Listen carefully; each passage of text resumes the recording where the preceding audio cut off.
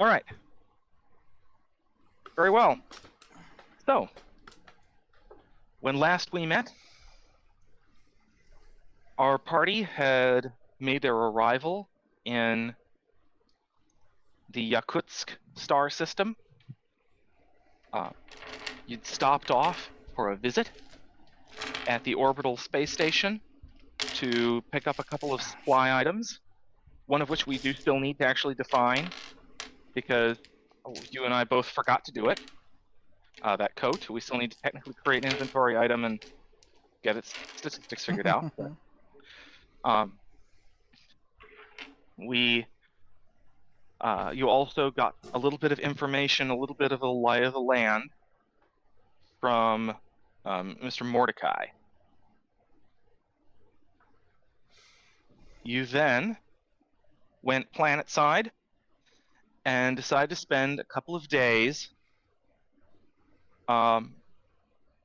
investigating, trying to get a sense for what your fugitive might be doing on this small backwater world. Crimes. So, right. One of you was essentially trying to work areas where loose talk might be found, just trying to find out things from people who might know things. Another one of you decided to go a little bit more directly into the problem. Livia was trying to suss out any sort of people moving activities on this world, either trying to smuggle people onto the world or even potentially off of the world, because Livia figured that might be someone who would know potentially what your target was doing here. And we failed miserably. Now, right, you didn't have much success, and we left off promising that you would learn you would learn what the ramifications of the middling to poor roles were when next we met. So, allow me to set the scene. It has been about 3 days since you arrived on the planet. In fact, this is the late afternoon, even probably middle evening.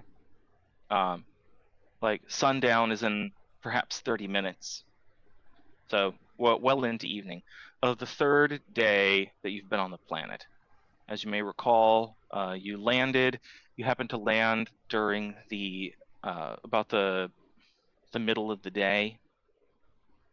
And so it's been till that evening, one full day, and this is now the third day during which you've been on the world, on Yakutsk.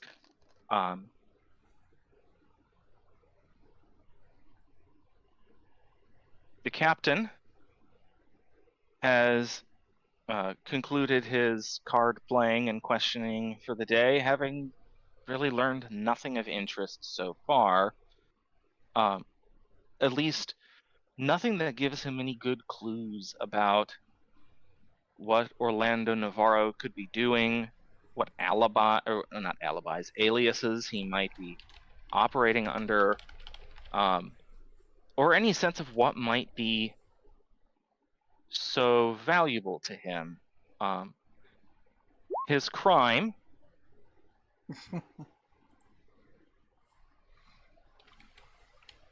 as you know, as your characters know, his crimes included some degree of murder or manslaughter, as well as armed robbery.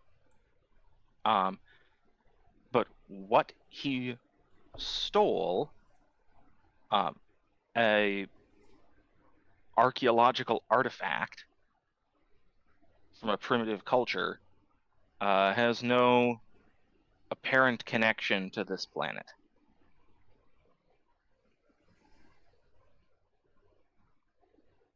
at least as far as the information given to you disclosed. You're not a skilled researcher. You have access to the case information provided in setting up the bounty. Okay. If you could find an expert, they might be able to give you more information at some point. Yes? What about, has there been any recent, or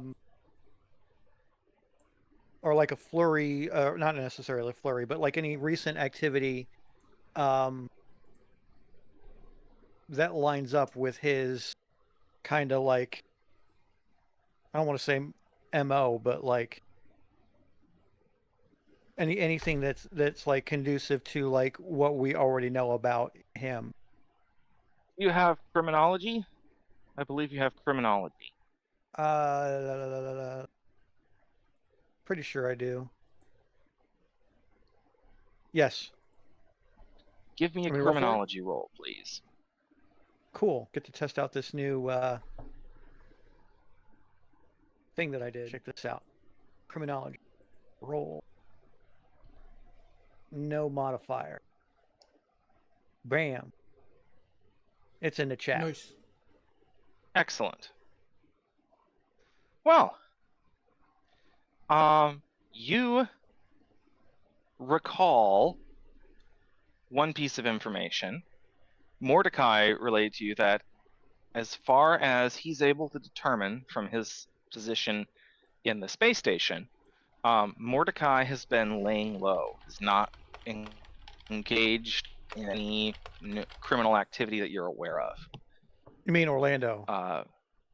Beyond, or Mordecai is not. Yeah, Mordecai is the official, the person who was Right. talking to you. Orlando has not engaged in any such activity as far as Mordecai was aware.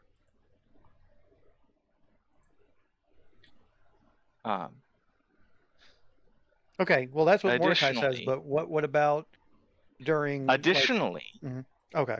yes. Let me finish. Additionally, you have picked up no clues of anything, any sort of crime spree. Now, part of that criminology role, you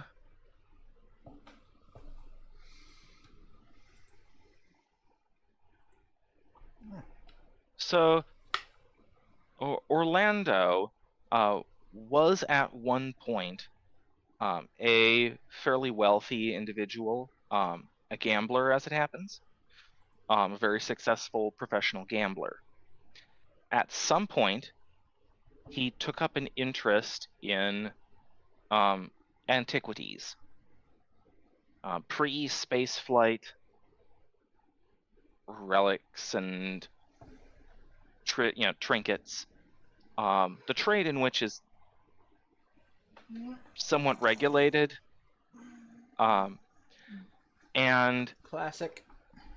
at some point managed to squander most of his accumulated fortune looking for trying to find and obtain a particular piece, which after he'd spent almost everything on buying it, put himself at the virtual financial ruin buying it, it was mysteriously stolen. He never did seem to manage to recover his financial position after that, and it is perhaps of some interest that he was his first known criminal act was this breaking and entering, which transformed into an armed robbery, which escalated to some degree of murder or manslaughter and led to him escaping. So he burned all his wealth for this one particular artifact, probably in desperation. The thing is that the thing he stole is definitely not the artifact in question. Okay. It is you've seen in some detail images of both. There is, by the way, an additional reward for safe return of this original stolen artifact. um, Good to know. which is a well, I'll describe what it is at a later point. I want to try and have some sort of image to show you folks for it. Yeah. So he was trying to track down. but- It sounds like he was trying to track down the artifact that he lost, and then basically shot somebody in Something desperation else. trying to track it down. Well, he was Yeah. trying to take something specific. He seems to have tried to take the thing he took in specific. Okay. Whether he thought it was something other than what it actually was, is no one knows at this point. That would be a good question to ask him, maybe, to catch him.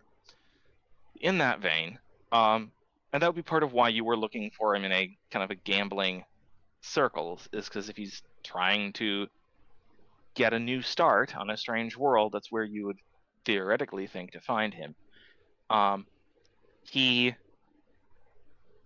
But he's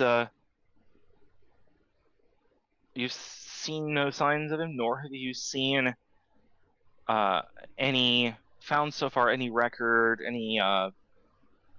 you're not aware of any crimes that have been committed recently in the vein of art theft or theft of antiquities.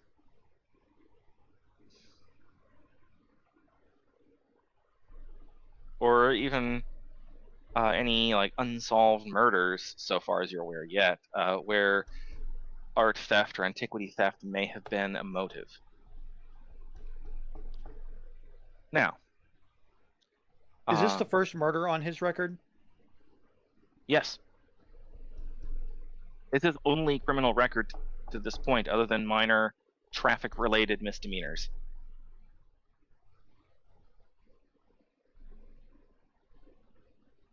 Okay.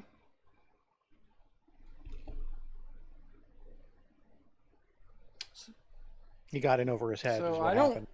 Is what it sounds like so far. I don't know what to do. Now, moving on. Right. So, you haven't found so far, Lex, in 3 days so far, haven't found any traces of him in the places you've looked. Livia, you have been asking around, and you're getting nowhere, and getting the frustrating feeling that the people you're speaking to know more than they're letting on, but you can't be sure. Now, I need to ask you a couple of quick questions about what sorts of questions you have been Oh, no. asking.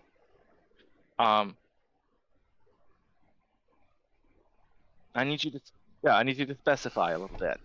You can take some time to think about it. We can kind of work through it. You can workshop it with the group here, but in order to frame what you're finding out, I would like to know what you've been asking. Couple things pop in my head. Not that. That's the Dakota question. Yeah. So one, I would probably start with like dropping his name in a few places, and failing that, I would start trying to like just connect with the local underground. I said that last time. The problem with trying to do that is I don't know how one would even do that in real life. Like, hey, fellow crimers, where's the crime happening? Like, I don't know how to really do that. Right. So let me fill you in a little bit on how that works in the setting, to the extent of my, ability to narrate it at this moment in time. So,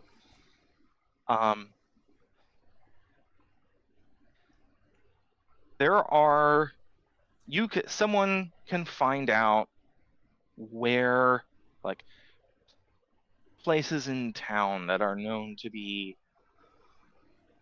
the kinds of places that, the police either spend a lot of time watching or avoid unless they've got backup to hand. Dangerous places, or places that are Oh yeah. shady. And then once you get there, you're sort of you're trying to Probe. ask.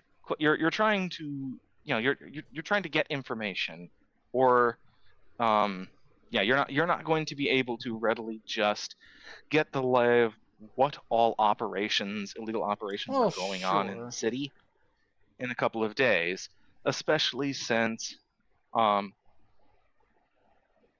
the leadership doesn't seem to be so entirely corrupt as to allow it to happen.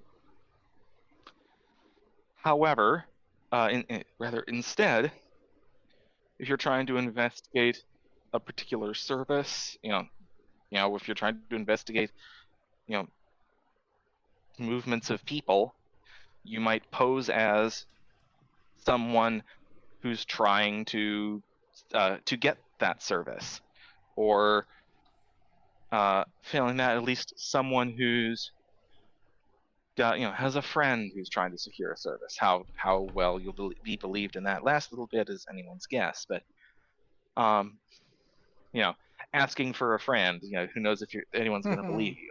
But um,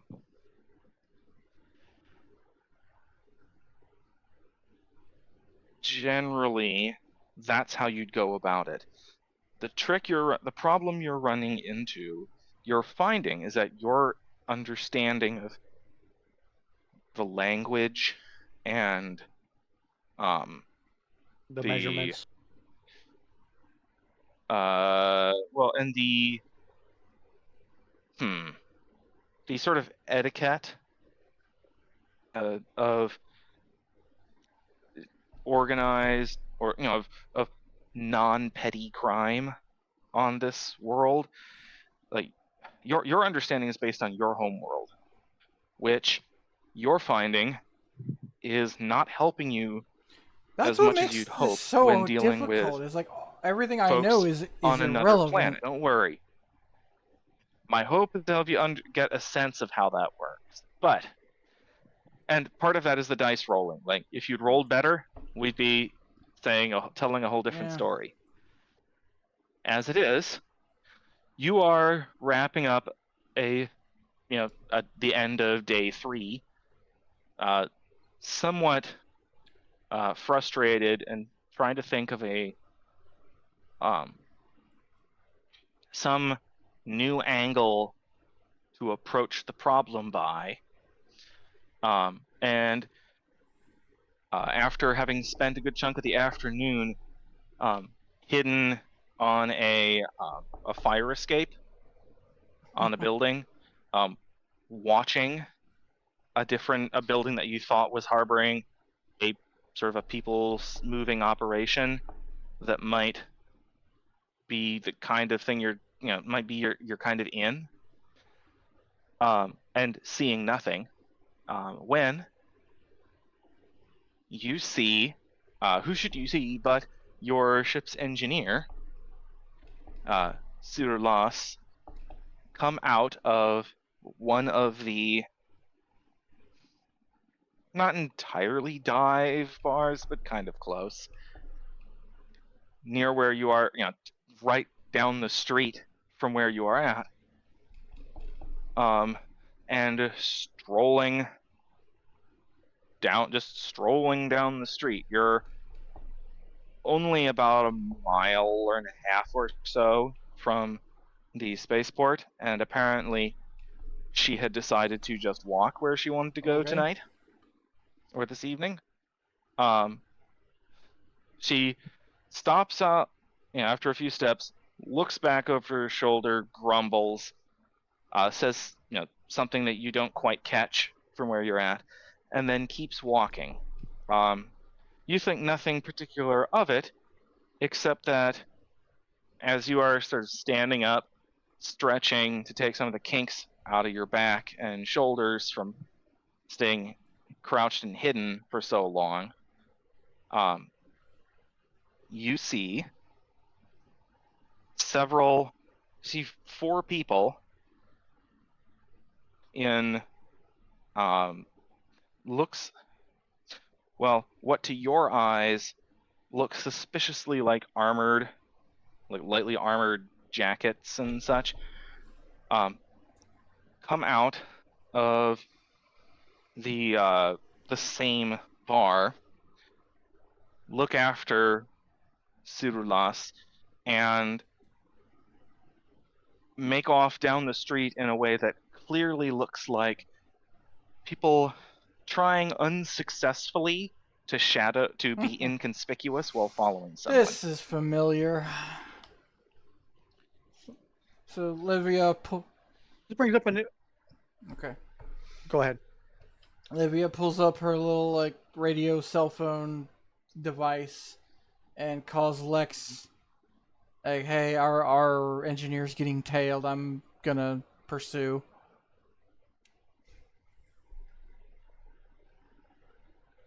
All right, I think I've gotten everything I can. Just give me a position, I'll meet you there. I relay whatever street. I'm sure there's street signs or whatever. Great. You know what street you're on. Question about So this radio communication. Is it Yeah. like literally radio communication, or are we beaming information into each other's like cybernetics? So one of you actually has a implant radio. That would be Lex. Yeah. So you are almost like a second sense of hearing for you. Mm-hmm.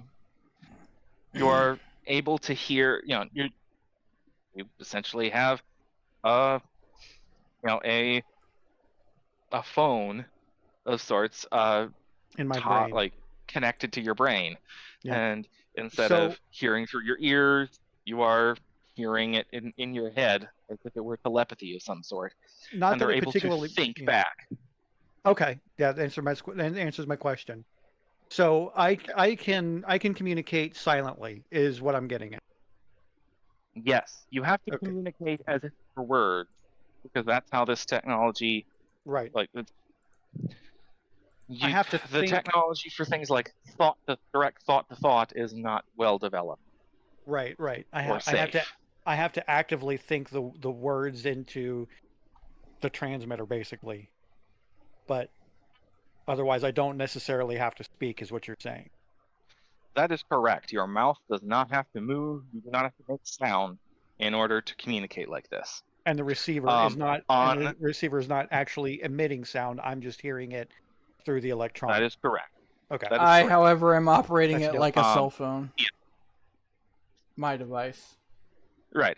You have either some sort of a. I'm going to guess that if Liv doesn't have an earpiece handy, what they have is something integrated into the gloves of their suit, such that they can do this sort of like a Inspector Gadget. Basically like speaker. The earpiece is on their thumb, and the mouthpiece is on their pinky finger, and they can sort of put hand to head, like holding an imaginary phone, with thumb and pinky finger stretched out, and communicate that way. They might have just a physical little earpiece. I don't have a picture. It's kind of up to Olivia how, but they have a physical. They might even have a little like flip phone style thing. I can tell you. It's probably I can much describe. smaller, narrower than a flip phone. But yeah, what do you got? It's on a different cyberpunk character, but if you give me a second, I'll show the stream. Sure.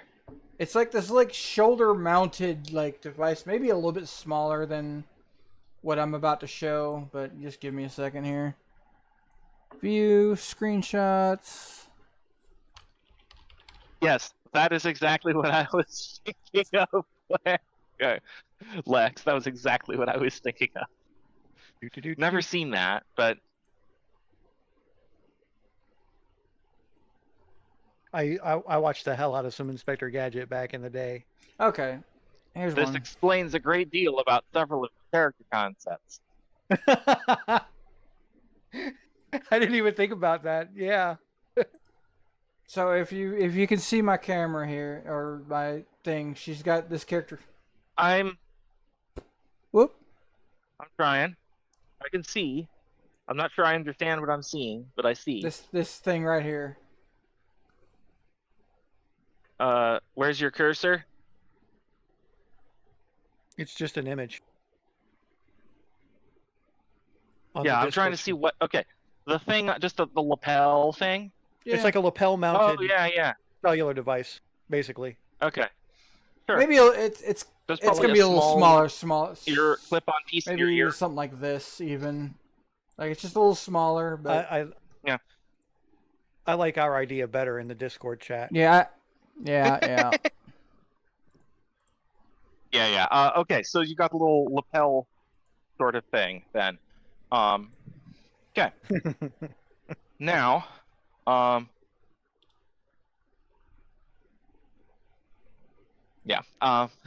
Moving on. So that call goes in. Captain, at this point, you've just gotten back to the ship. You've just parked your bike, and now you're told whereabout your ship's engineer is at.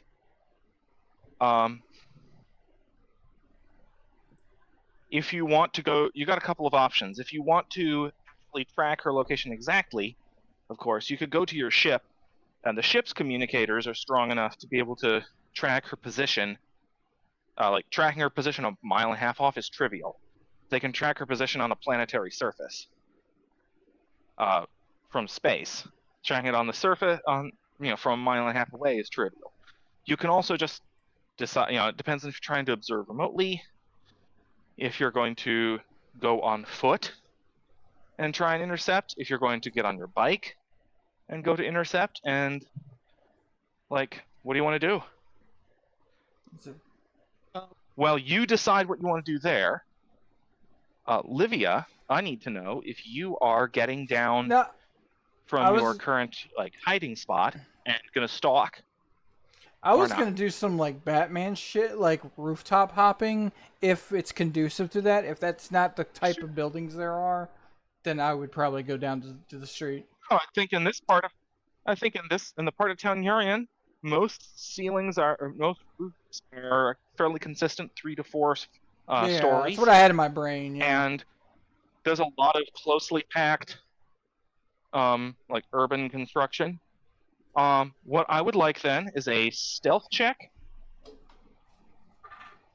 And what kind of other check would be appropriate here? Trying to keep up with people who are walking in no particular hurry.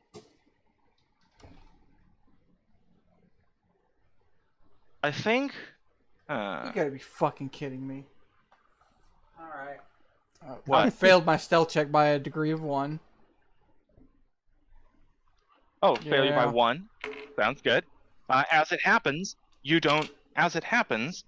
I'm going to let you know, you're on rooftops trying to stalk people who are following someone on the street at street level.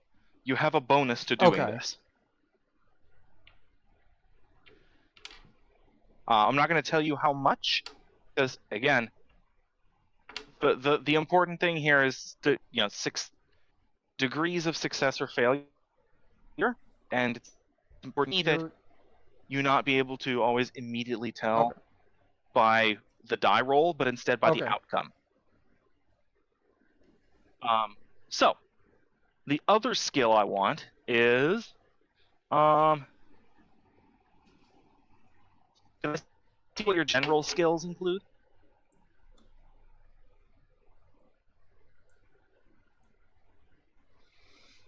Climbing, free fall. Okay. It's about climbing. Actually, a climbing check would be entirely appropriate up here. God damn. That was the skill I was kind of hoping to see. Oh, honestly. there we go. That's better. And so, success 2 of 3. Success by 3. I got a 7. All right. Yeah. just You up are there able to keep pace with these folks, Finally staying parkouring. just alongside them. up top of the ceiling and hiding as best you can against the gathering, the backdrop of gathering twilight. Um, and I'm gonna have to pause right there because I have to go use the restroom. So we have to take a quick pause, and we will be back. And the session will probably run a little long because there's a bunch of stuff that potentially has to happen, including our first GURPS Yay! fight. So, all right.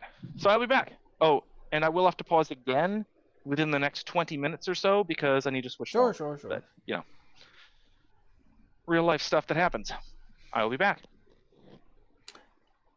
I don't know how relevant it is, but like differently than D&D, he's calling for multiple checks on interactions, which I'm totally cool with, but does my like really minor failed stealth check get counteracted by my very successful climbing ability?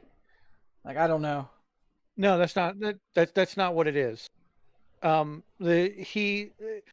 If we were like in a physical setting, imagine he's sitting behind like a GM screen. He's got data and information behind that screen that we Yeah. can't see. He is secretly applying bonuses. Your roll, while numerically a failure, you don't see what bonuses are factored in. So, for example, you're on three or four story tall rooftops. They are focused on their quarry. They are focused on following Siru. So you might have kicked a can over the side. To them, that's just a normal alleyway noise. That's how that works. So the climbing had more to do with whether or not you're able to keep up with it. It seems like there's less information feedback than in D&D. Yeah. It's not pass fail the way it is in D&D. Okay. So I need to stop freaking out when I fail rolls. Yeah, just relax. Unless it's a degree of like 5 or something. It's like, well, now I'm definitely screwed. Again, it depends. We don't know what bonuses are being applied at any given time. But as far as the situation goes, I think what we'll do is have Livia, continue to follow and observe. But if they show any signs of aggression, maybe try to distract them, get the exact coordinates to me, and then we can intervene at that point. Otherwise, I'll try to stay a little bit ahead, and then. I mean, I assume you're on your way, regardless. Yeah, he said. I think he said I'm about 1.5 miles away. Oh. So. Okay. You. That's not bad. That's not bad if you're like sprinting or something. I'm on a motorcycle. Okay, it won't take you long. That's like a minute away. Yeah. So at most, what you guys would hear like is off in the distance on a main road is somebody on like a Harley or something. But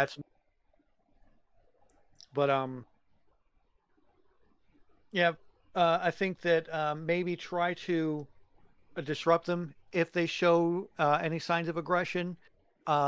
If he describes a situation where they might actually be vulnerable. Even without the aggression, maybe try to distract them so that I can fully catch up, and we'll just intervene at that point. I mean, my thought is, this is very reminiscent of that initial tavern fight, so this is gonna be a fight. My thought is just getting down on street level as they accost our engineer while they're like, give us the information or whatever the fuck they're doing. And like maybe shoot one in the back of the head like right away or something, and just like even it out. Yeah. Well, the point I'm getting at is I'd like to intervene and distract them before they intercept her. Okay. Is the point that I was getting. Well, Livia is operating on a different wavelength. But this is like, again, I can transmit to you True. directly. Oh yeah, true. So I'm just thinking these thoughts at you. Fair, but if you're not here before they start like Again, it's attempting only a to mile and a half. kidnap her, then Olivia's gonna start blasting. Sure. Sure. But again, I mean, I'm on a motorcycle and I'm only a mile and a half away. So it's not going to, like, it's like a mile and a half at like a normal city. Oh yeah, it's like street a speed two, is only 2 going to minutes, take like two or less 3 than, minutes. if even that. I mean, we don't know what speed limits are here. I could be going True. like 60. And that's literally a minute. Well, a mile and a half is a minute and a half. I was hunting through my screenshots to like maybe show the stream, but they all are her with the hair, and that's a little bit later in the timeline. This one's not bad. This is maybe a few months of letting it grow. Oh, that could have been her before, like in between missions at some point in the past. Nah, she stays pretty bald when she's like on a mission. Yeah. That's why I said in between missions. Yeah, that's cool. cool. A good one. Double tapping him. That is going to leave some serious like flash burns on your leg. No, she's got clothing on. It's still going to be quite uncomfortable. All right. So, yes. So I gather then that Lex is heading along on his bike. All right. So, traffic is okay. So to get to where you want to get, it'll take you about 4 minutes. On foot, you could take a slightly more direct route than you can take on the bike, unless you're willing to be a little bit reckless. Depends on if you're comfortable with recklessness. Can I make a driving check? So maybe like weave in and out of traffic? Sure. Give me a driving check. Let's see how quick you can get there. Woohoo! Success by 4. Damn. All right. So then, also, I gather that Livia wants to try and get down to street level here as the captain is starting to make his way in the direction. Eventually.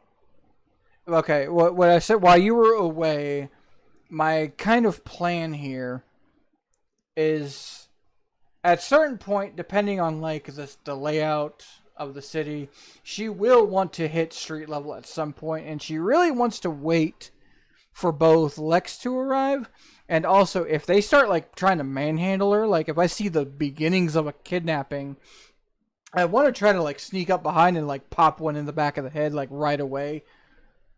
But that's contingent on if they start like grabbing her or like bring out shackles or some kind of like particularly aggressive mannerism or sign.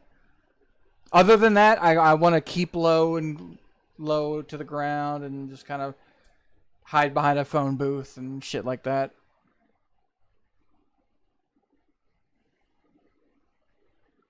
It's my general order of operations.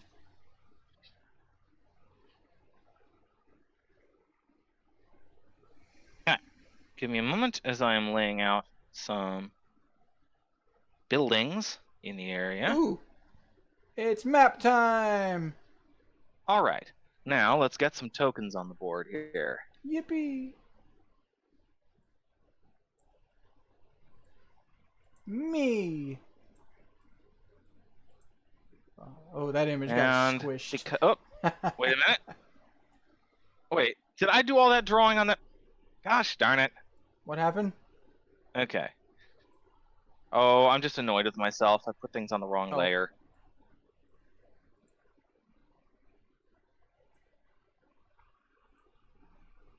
I found an image of a motorcycle that kind of fits what I'm thinking about. Yeah, it's a little with techy. a more and I'm it looks a little techy. I'm also thinking it's got a bit of like a chrome like horse theme to it, like a horse's head in between the handlebars. I couldn't find anything that was designed like that because it's usually comic book shit. All right. So I need to put some other people on the map. Give me a moment to hunt down some tokens again. I have control of my token. I'm proud of you. How about you? Yeah, I do.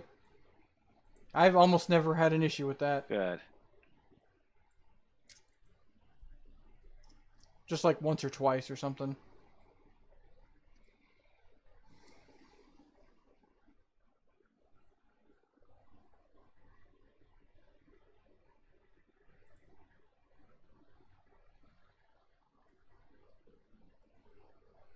The way your token is stretched I know, out. I'm quite squished. I'm squishy.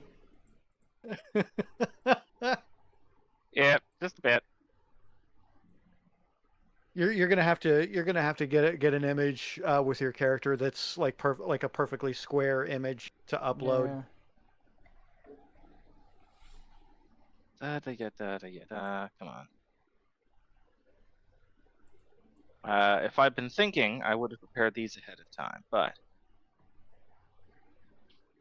You could even trim that down a little all bit right. and re-upload it. Yeah. All right. Well, this is going to stand in for your engineer for the moment. And then we're going to grab. That's kind of almost how I pictured her.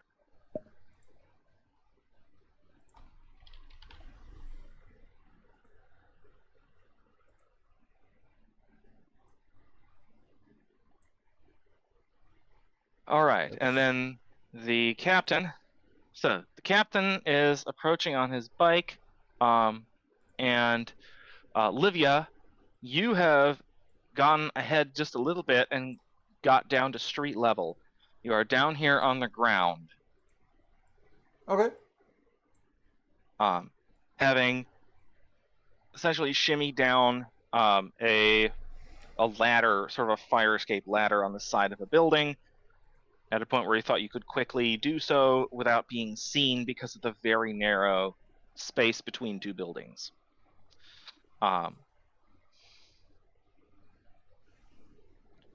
As you do, you've reached the ground. The captain is just rounding a corner, and suddenly the folks down at the end of the street break into a quick trot, and you hear one of them speaking. The street is mostly quiet. There's a few odd people moving around. I'm going to drop some civilian tokens. general folks.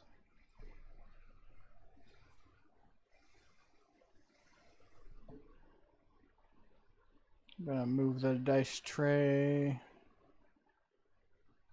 These are tokens from the Ben 10 TTRPG. Now there's SCP-582. Hi, buddy. I think it's Wait, what now? 582. I was right. No, that's Slender Man. Oh, okay. What's the iconic one? 682? Nope, that's the immortal alligator. This one, 173. Okay, I just want to point out. I'm just going to point out real quickly the things that you have, and a numerical index, no less, memorized almost by heart. That's kind of disturbing.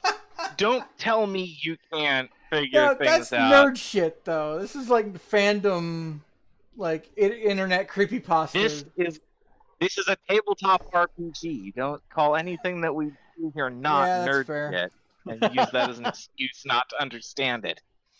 I will continue to not understand druids, and you will not stop me. We will see.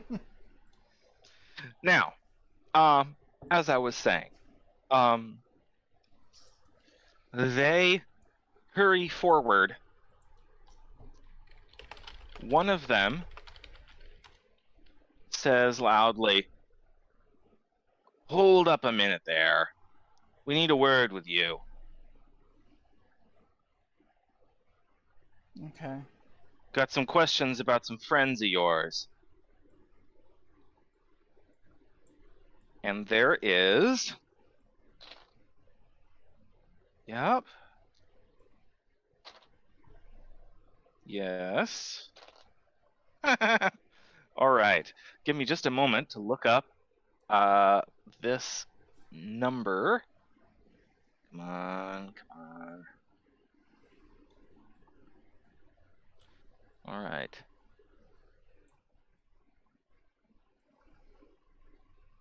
Da-da-da-da.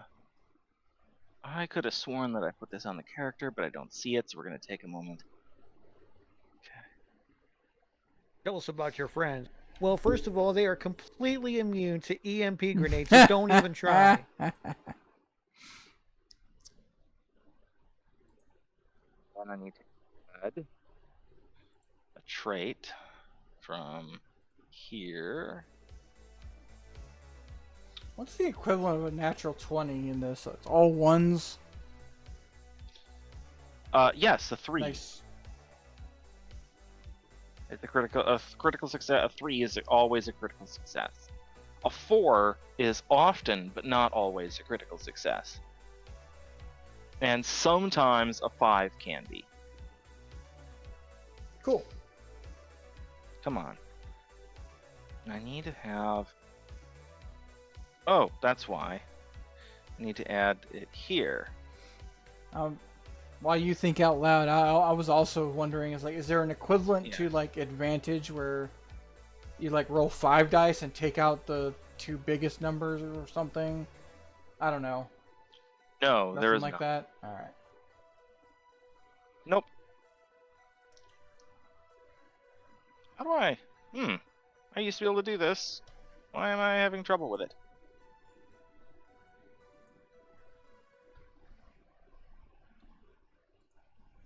Oh, there. Solved. Alright.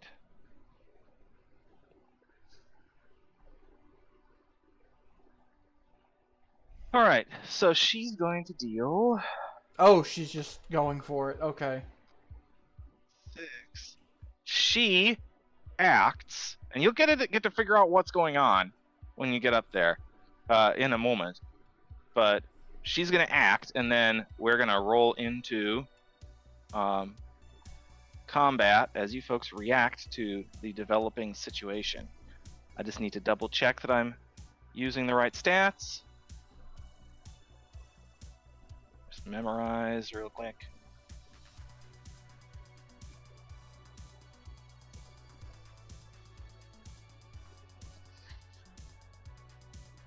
All right, so she dealt 6, of which 3 is stopped. Takes 4. Okay. All right. So that guy takes 4 points of damage, and now we are in initiative order, or rather, we are in combat. So, I need.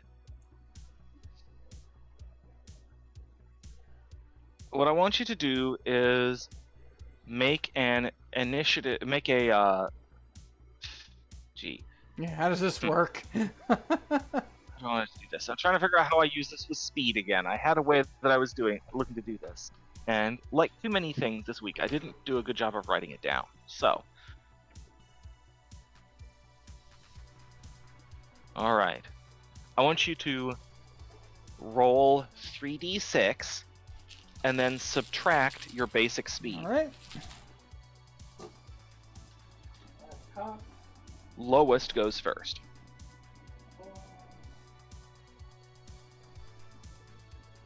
So 3, I suppose. Do I round or do I use the decimals? Use decimals. So that's a 9. 4, 5, 6, 7, 8, 9 minus, 3. All right. Well, amusingly, your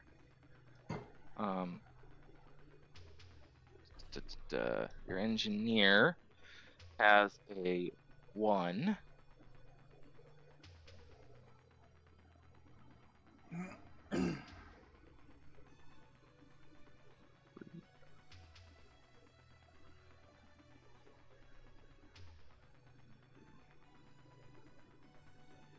$5.25. Okay. And these guys. Oh, they rolled very badly. So they have a 10.5.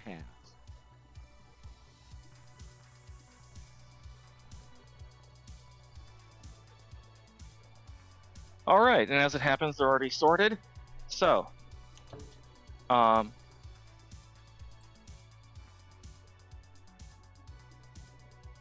she caught them a bit by surprise, and she's going to act again. She's going to make an attack roll. All right, so she rolled 8, which against her skill is success by 6. Shoo.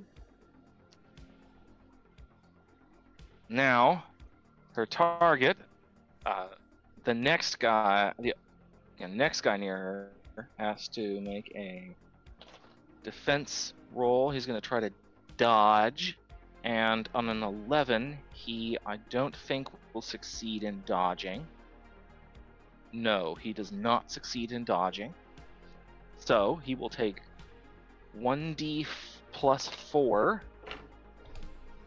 damage, or 9, and there's an armor divisor of 5 against his armor, which is 12. So he has... Okay. His armor stops 3 of the 9 points of damage. He takes 6. I'm specifically talking through it out loud. You don't have to worry about it too much right now. We're going to go to you. Alright, so does each square basically count as 1 point of movement? Okay. Okay. Basically, yeah. That does track that 6 basic speed is 30, like baseline 30 feet. So note that it's... Note, and never forget, this is 1 second. Not 6 seconds like in D&D. 1 second. Now, you can run, you can move and attack, both in the same turn. Yeah, let me walk through what you can actually do on a turn. Let me walk through what you can do on a turn in combat, because I haven't done that with you yet. So, basically, there's basically, I want to say about 5 things that you can really do. You can take the attack action, in which case you move up to 1 meter. I should note too that these aren't 5-foot spaces; they are 1 meter spaces, and I need to quickly see if I can tweak that in the page settings. Scale, 1 meter. By the way, and measure. In our Discord, I did link to you what I think are steps to turn the grid into hex. If you want to look at that at some point. I will also look at that next week. It doesn't bother me as much here right at the moment. So you can move up to 1 space, a 1 meter or 1 yard step, and then take an attack action. If you do so, you'll have no special penalties. It's just a normal attack action. We'll go to resolving an attack. You can take the ready action. You use this if you don't have a weapon ready to use, like if you need to draw a gun. If you have the fast draw skill for your weapon in question, a successful fast draw roll would let you skip taking a ready action and just go directly to That using begs the a weapon. question. But that's a thing to consider for the future. Like narratively, I could see the writing on the wall here. Would she like already have her gun off the side since she was also traveling through rooftop, not in the streets with people? I kind of feel like she might have had it already. Give me. Hang on. I'm figuring by the time you got to the bottom, it's entirely possible. What I want is a give me an intelligence roll. Let's see how prepared you. No. 12. Fail by 1.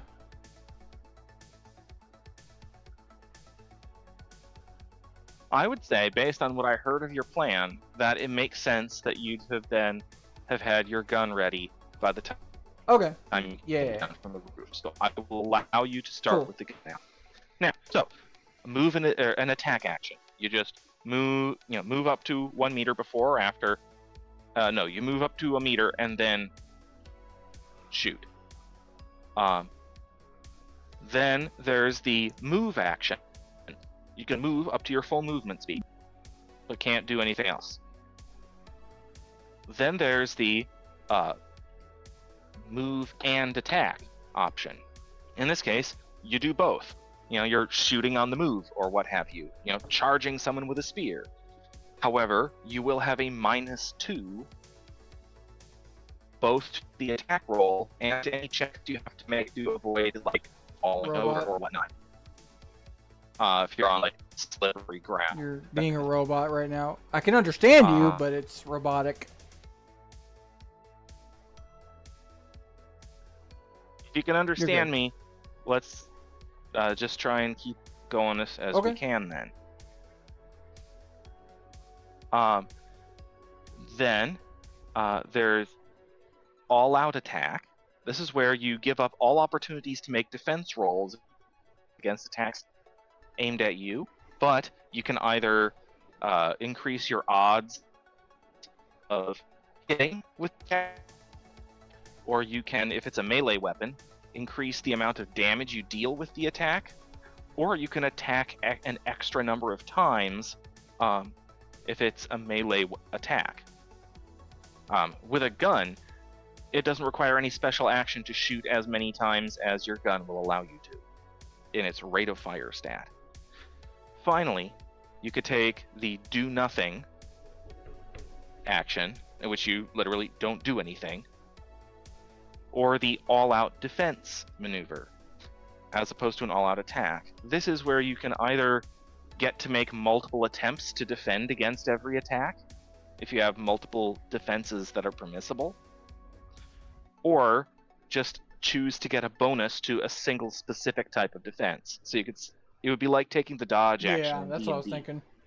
And just all of your dodge rolls for the turn, you'll get a bonus. So, in this situation, if you want to get in close, you could move and attack. If you wanted to shoot, you can either shoot, attack, or move and attack. If you think that your armor, as you are currently equipped, can handle whatever trouble comes at you, then you could potentially even all-out attack and try to be sure to make your hits land. It's up to you what you think is appropriate here. So the way you make it sound is I could move here and shoot, or move here and do nothing. Mm-hmm. You could move there and still shoot. Okay. But there is going to be a slight penalty to attempting to shoot. Because you're trying to remember that this is a single second. Not 6 seconds like it is in D&D. In 6 seconds in D&D, you can move and attack and do an extra thing, because that's actually a lot of time. It's 6 seconds. Many fights in GURPS will take about 1 round of D&D combat. Okay, so I'm wondering if I could just stay hiding right here and just try to pop this guy. Yeah, you've got some cover, so they'd have a little bit of a penalty. Go ahead and give us a shot. Do you want to shoot him and keep the opportunity to try and dodge any return fire? Would they still get a penalty to the fact that I'm like behind a little corner building, right? Yes, there's a penalty to shooting people who are behind cover. I'm kind of okay with. And in your case, they'd be at a -2. I'm kind of okay with just kind of hanging out in this corner and just popping this guy. Do I get a penalty for aiming for like the head, right? Damn. Yes. Now, what you could do is take a turn to aim, and that you designate who your target is, and take an aim action. And assuming nothing happens that breaks your aim, the next turn you can shoot, and you'll get a bonus. Actually, to your attack okay. based on Because that. what's happening here? She's just kind of fighting. They might not They might not just gun her down. They need information. So I think I'd like to do that. I like to ready my action, just aim at this guy's head and. No, not ready action. You're going to use your action to aim. All right. So you are aiming this turn. All right. Lex, you are on your bike. You're moving at about 20 miles an hour due to speed limit concerns. And you are not yet fully aware of what's going on because you don't have a line of sight to what's happening. Moving at that speed, as you come down the street and move a little bit around this person, you get to about here, and I want to know what you want to try and do with your vehicle. You still have your vehicle is still moving. You still have a little time. I want to know what you want to try and do. Can you explain the ready action again?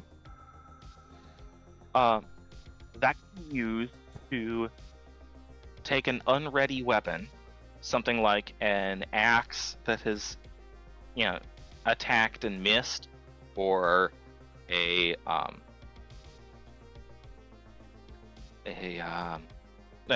weapon that's in its holster. Okay. Or scabbard, and makes it ready. Some weapons take more than one ready action, but you don't have anything like that. We don't have any rocket That'd launchers. be things like you don't have any. Right, you don't have any long pole arms. You're not jousting on your Harley, so you don't have to spend a couple of seconds readying a lance. Right. So I want to do. And if I take if I'm doing the ready action, I don't get the attack action, is how I understand it. Yes, you take one action on a turn. Okay. And so, unlike in D&D, you take one action. All right. So basically what I'll do is come to a screeching halt, do a badass action movie, spin around as I'm doing my ready action, and I'll stop with my gun. I'm gonna say I'm gonna need a driving check, and it's gonna be a difficult pull all that off. At 20 miles Go an ahead hour? and give me a driving motorcycle. You're trying to do a trick, basically.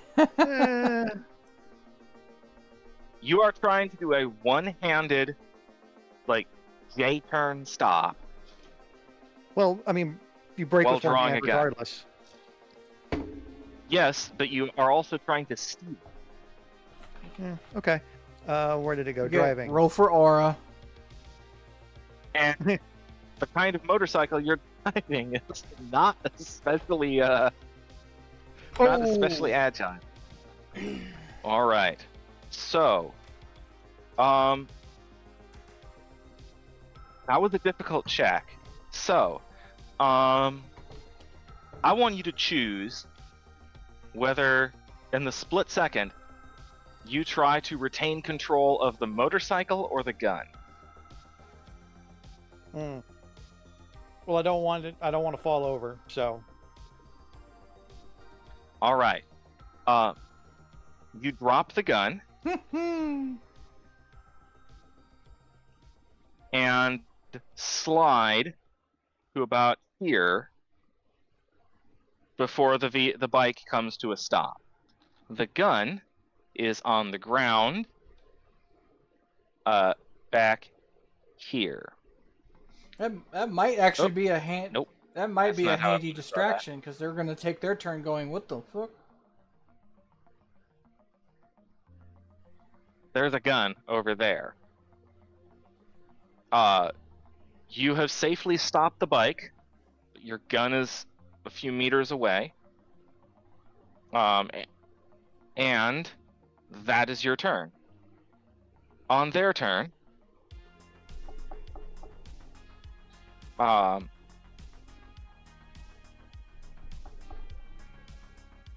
this guy got whacked with an axe, and then somebody came by, like a gun was in the air, and somebody went by in a screeching cloud of dust and brakes. What's he gonna do?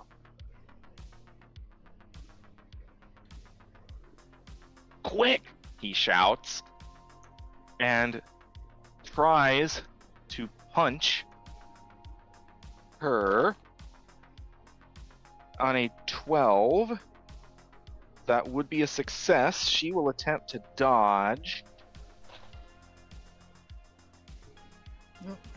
Oh my. Okay, that was a successful dodge. She dodges the punch. You can dodge an attack as many different attacks as you'd like. Blocking and parrying using shields or suitable weapons can only be done once per turn. Per round, rather. Then the one who's next to her and took the second axe hit, he fumbles for his weapon and tries to draw it, but does not succeed in fast drawing, so he just has it in hand. Nobody has noticed Livia yet. This guy runs forward, trying to figure out what's going on. And this guy draws his gun, points it at Sulas, and says, "Don't make this any harder than it needs to be." And on her turn, Get him, girl.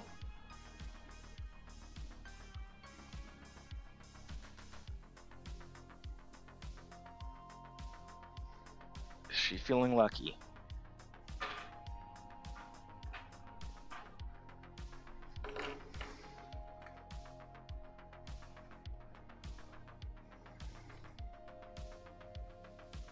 She's going to attempt to disarm him. Nice.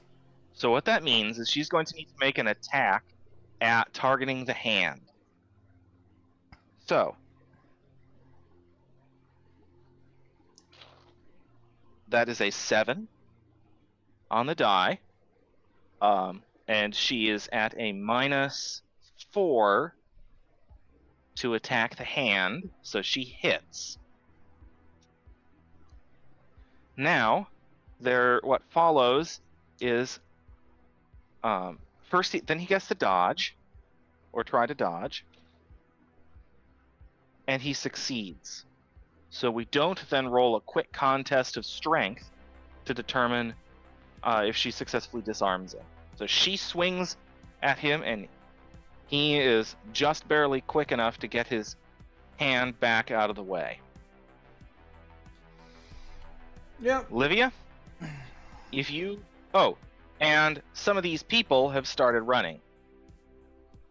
Sweet. Good. Do I technically continue to have line of sight on asshole number 4 here? Only if you step out. Only if you chose to step out as he was running, which I will allow you a decision. I will allow Would you to that make interrupt my aim? No, it would not. It would make you noticeable, I'm okay. but it would not interrupt your aim. That's what you'd have to try and do. So you've already then kind of chosen to take a step out of your aim and attack, or your move and attack, or not move and attack, out of your attack action. That free step you get to do. Now, you can make an attack. What part of him do you want to shoot? I was aiming for the head. Okay, you're going for a headshot. So the head is at a head from the back is annoying. Okay, that's a -5. All right. Now, your weapon has an aim, an accuracy number. Can you scroll down, or otherwise reposition so we can see the accuracy number on that? Accuracy of 4. Okay. So, your skill is 15. You have an accuracy bonus of +4, so that's a 19. Well, my skill is You're 14. then at a minus. Oh, what's the 15 for? What's the extra +1? Oh, I don't know. You go ahead and double click on that attack mode there, and then adjust your view so I can take a look at it. I realize that I'm messing up your nicely arranged desktop here. But, is it because it's a now move the dice Is it tray out because of it's the a way. signature weapon? Nope. Oh. It shouldn't. Not that. Down at the bottom, ranged weapon editor. Okay. Uses. I need a little more. So further down. There's no further down. Guns +1. Why is that guns pistol +1? Expand the window a little bit. Let's see what that I'm drop going to down assume is. that's accurate. Skill guns. Skill guns pistol at +1. So, I'm going to assume that's correct. I'm trying to recall why that is. I think I know why. I think that has to do with the fact that it's got the HUD integrated. It might be, yeah. Its sights are integrated with your HUD. I think that's why. Right, my cybernetic eyes does because stuff. of the way it's integrated with your the way it's integrated with your equipment. Someone with a helmet could do something similar. Okay. But in this case, okay, now we're good. Right. So your effective skill, that SL there, skill level in the attack is 15. You have a +4 from your accuracy and a -5 from the target you're trying to hit.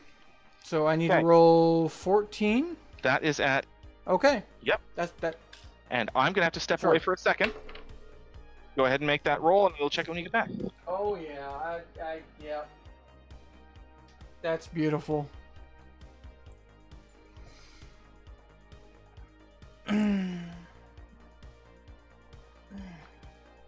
Love to see it. My thermal imaging eyes. Infravision. Telescope. That might be what does it. All right. What's your Success outcome? by 5. All right. So you hit with your first shot. Do you wish to fire multiple shots?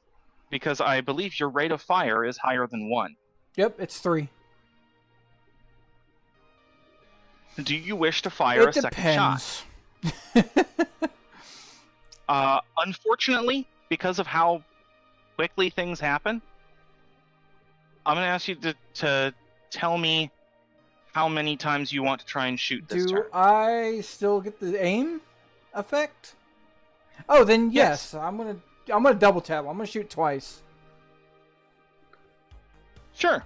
So you'll roll, because this isn't an automatic weapon, you'll roll a second time, and then you'll add as an additional penalty your weapon's recoil number. which looks like it's Yeah, -2. so I need to roll 12.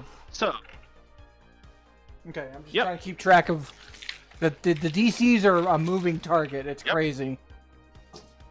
Oh, that's Yep. bad. Yep. Oh wait, no. That's 11. So success by 1.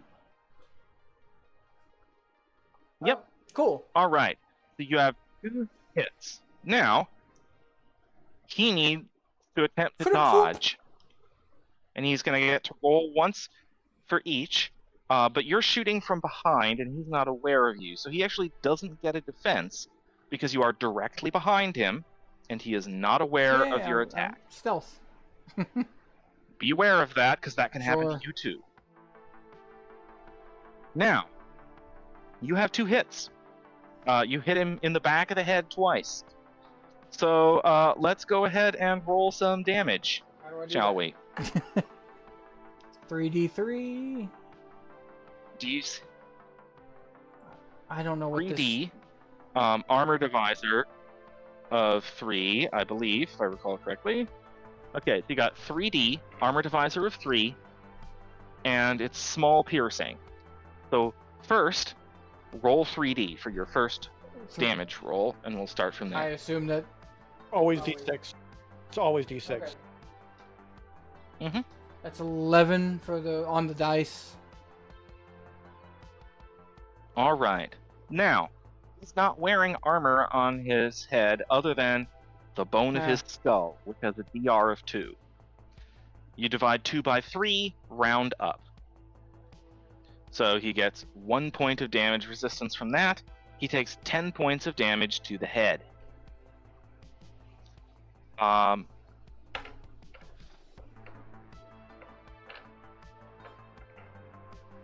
Go ahead and give me your second roll.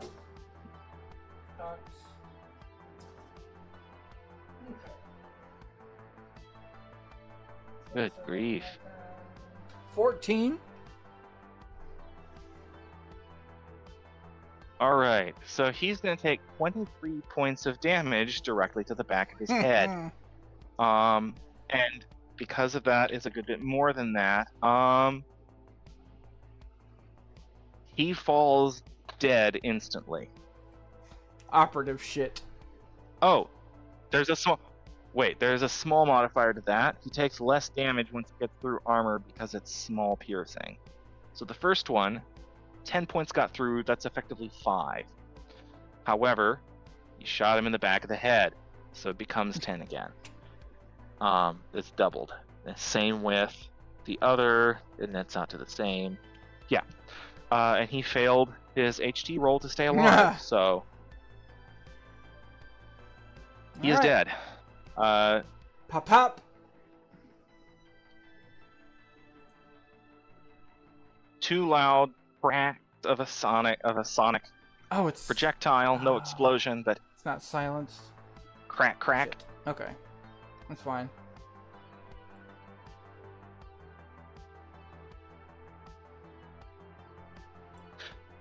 Yeah, I should have asked, but we didn't specify, so it is not silenced. Not that it's got a gunpowder propellant. There's no loud bang. There's just the sonic we did talk crack about that. of a supersonic You said there were projectile. ways to do something to it to make it quiet. I forgot what though. You would need to, so you could set it to be subsonic. That would reduce its damage, but it would be truly, completely silent. There's a couple of questions I could have asked going into this, and one of it would be like, what mode do you normally on? Subsonic or supersonic? But we are assuming, So, in any case, you are not the loudest thing because there are people screaming, and a couple of people got attacked with I an missed axe. some of that, but okay. So, well, now you're breaking up. So. Awesome. All right. Lex, it is your turn. All right. Another question about the ready action. If I ready something with one hand, Mhm. am I unable to take an attack action with my free hand? That is correct. Okay. In that case, I'm just gonna hit the kickstand, dismount, and how does movement work? You can. Well, you're going to end up using about a meter's worth of your movement to get off the bike. That's And okay then because it only takes me if you 3. take a move action, Hmm. Hmm? That's only 4 meters to get to this guy. so you can reach where. So to be clear, I can't see what you mean by this guy. I think you're don't. moving your mouse on your screen, but I can't see it. There. Why isn't it? Yeah, you can do that. Okay. Now it's updated. That's That's weird. all you can do, You but can do that, yeah. And I'm gonna Now punch you the guy. can move and attack, so you can. Yeah. All right. So I am going to need a quick dex check. There is a penalty for taking a move and attack to both the movement component and the attack component. Ordinarily, I wouldn't make you roll to successfully quickly dismount from the bike, but since you're ending the single second with an attack, there is a potential chance of failure. So I need a dex check. Cool. All right. You're good. Now, what kind of unarmed attack skill do you want to use to attack him? I don't. Brawling, I guess. Yeah. Yeah, that works. All right. So give me an attack. So do I You're need to make using a brawling punch, skill right? check? Or do I? You're making a punch, right? Yeah. So you want to go take a quick look at your unarmed strikes. Give me a second. I'm going to pull up the right character sheet here. All right. So you have a natural attack Yeah. kick. I've got those pulled up. That I'm just. using brawling. I'm just I double just need checking. I just need clarification. Am I making a brawling Punch. skill check? So if you take a look at your natural attacks, those will use whichever of your various unarmed skills are correct. So Okay. you can. It's a brawling skill check or a punch. Depends on what kind of It's a what punch. character sheet you're using to work with. Yep. However you want to set that up. However you have that set up on your Roll20 character sheet. Yeah, you're rolling against a 12. However, you are at a -2 because this is a move and attack action. Right. So you're rolling against the 10 to hit. All right. That becomes a failure by 1 because Yeah. your target is 10. So you miss the punch. You move in, go to punch, miss. All right.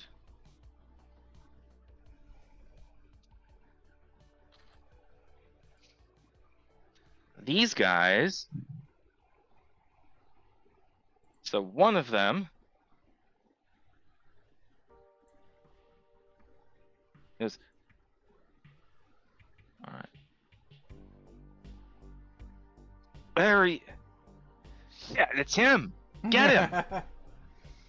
And as one, well, two of them change their focus. One of them goes to the one with the gun will attempt to shoot you.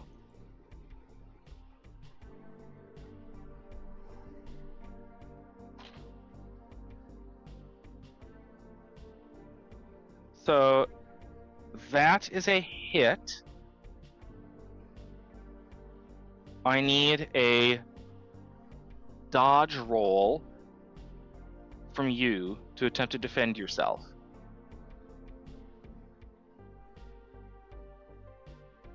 How do I do that? It should be listed under your active defenses. I'm looking for that. I don't see that on my thing anywhere. Over next to move and dodge. Encumbrance, move, and dodge on your character sheet. Oh. It show you what encumbrance level you're at, And Oh. dodge number is a number you're trying to roll at or under to successfully dodge. Ah. Oh, gross. Man, people can't dodge for shit.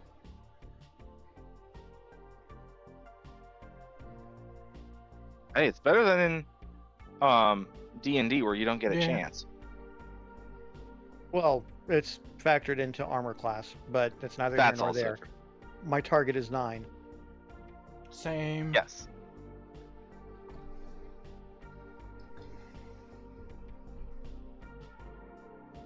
And I got to do this by hand.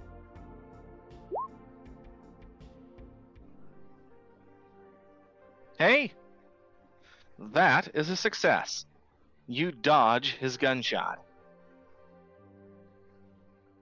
The guy next to you, who was standing there, the guy you tried to punch, is going to try and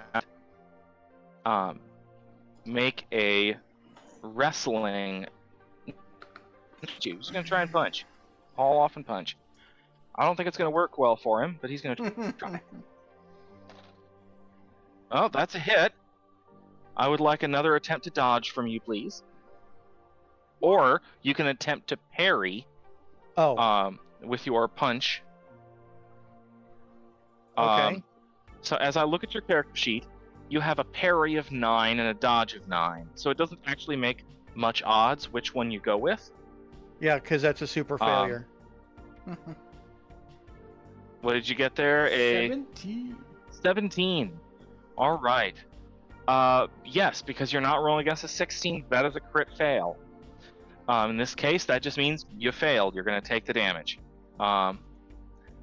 And his punch is good for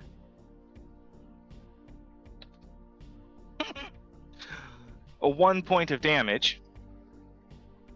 However, you have damage resistance, correct? What's your torso's damage resistance?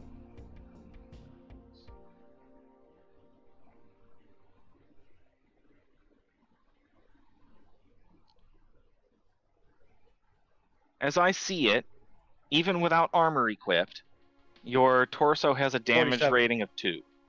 Damage resistance of 2. And you have armor, so.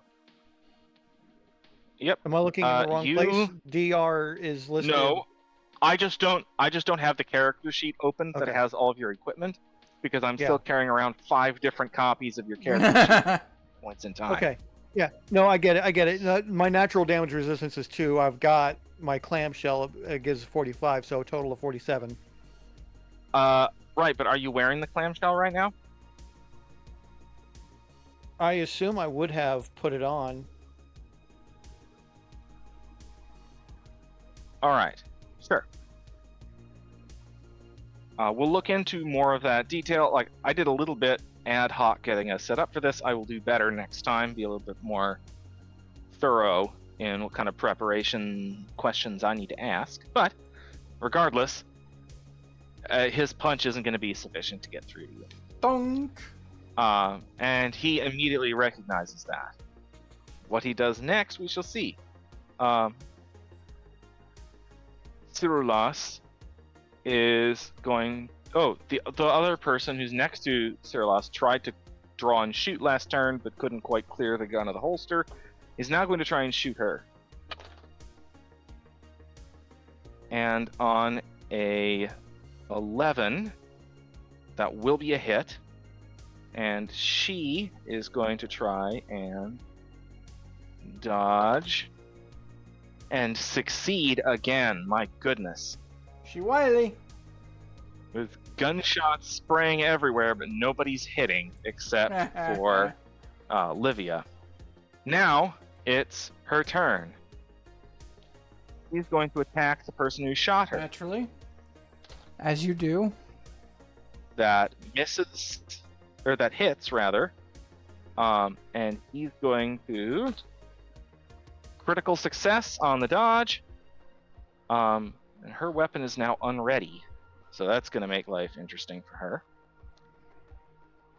And then it is Livia's turn. Your companions seem to be holding off trouble for now, but things could get worse. Much worse, rather quickly. So I think I'm just. Oh, I have a clip size, don't I? Oh, it's... Yeah. Is it 40 or 3? 40. 3 is the number of rounds required of consecutive ready actions to reload. To take out your magazine, get a new magazine out, put the new magazine in the gun. Okay. So I could just shoot off 3 bullets on this guy. Like center mass, right in the back. Going for the spine. Yep. Pow, pow, pow. Oh, shooting him in the back. All right, so give me 3. Yeah. 3d6 3 times. Let's see how many of those. Let's see what we get. 5. So that's a success of a lot. 5. And your That's a crit, right? Your effective skill is 15. The range is not long enough to be a factor. That is a crit. He does not get to dodge that. Go ahead and give me another one. Not quite, not a crit this time, but 5, 6, 7, 8, 9. That's another success by 6 on my end. Except remember that you have recoil, so your skill went from 15 Okay, to but that's 13. still 8. Okay, that's still. Then go ahead and give me your third. Yeah, give me your shot. Now you're rolling against an 11. 9, a success by 2. All 3 bolts hit. All right. Yep. So he's gonna get a chance to try and dodge the second 2, but he fails. No, he succeeds on the last one. So he dodges one of the shots. He manages to Bastard. knock it once. Now I need you to roll damage for 2 shots. Ew, gross. That's 7 on the first one. 7 plus whatever. All right. No bonuses, but it has armor divisor of 3.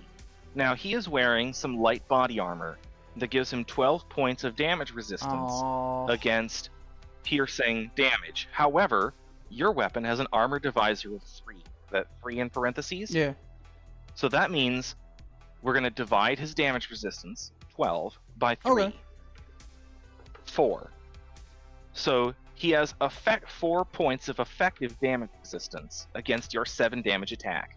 3 points is dealt to him as wounding. Because your weapon is small piercing, it deals half of that, rounded up. So 2 points of damage of injury to someone straight through his armor on a mediocre damage roll. That's not bad. Now go ahead and give me your second damage.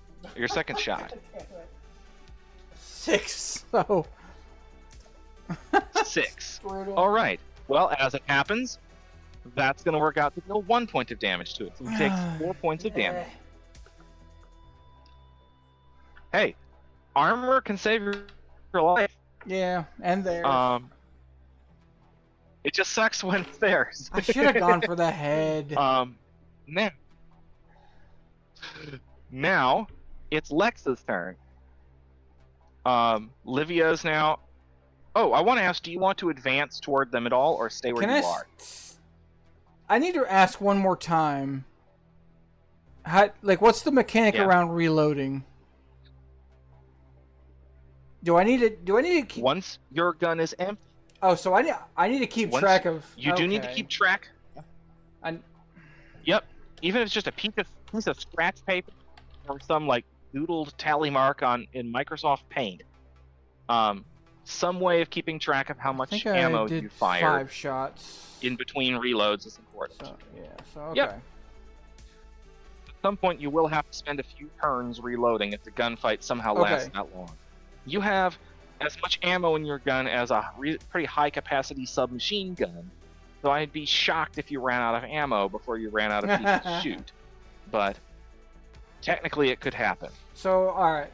Lex. I'm staying where I am. You're staying where you are. Okay, Lex, what do you want to do? Are these two guys armed? One of them has a gun. The other, it looks like it is some sort of energy weapon. You can tell because he shot it at you. Right. I forgot about that. The other has just his fists. Okay. If I wanted to disarm the guy with the gun, would that check against my my grappling skill? To do that, you would attack him with any of your unarmed combat skills. Could be brawling, it could be your wrestling skills, sumo wrestling. Okay. You will make an attack roll targeting his hand, which is a -5. Then he'll get attempt to dodge. If he fails to dodge, then we have a quick contest of strength, where both you and him roll a strength check, and whoever wins gets the desired result. In this case, if he wins, he's not disarmed. If you win, he is disarmed. I will note that your arm's strength comes fully into play here. Yeah. Okay. So they're both the same. I'll just roll brawling or whatever. Yeah. Or is an attack roll? Well, it is an attack roll, but brawling is your attack skill that you've been rolling against for the punch. Okay. So go ahead and give me a brawling roll.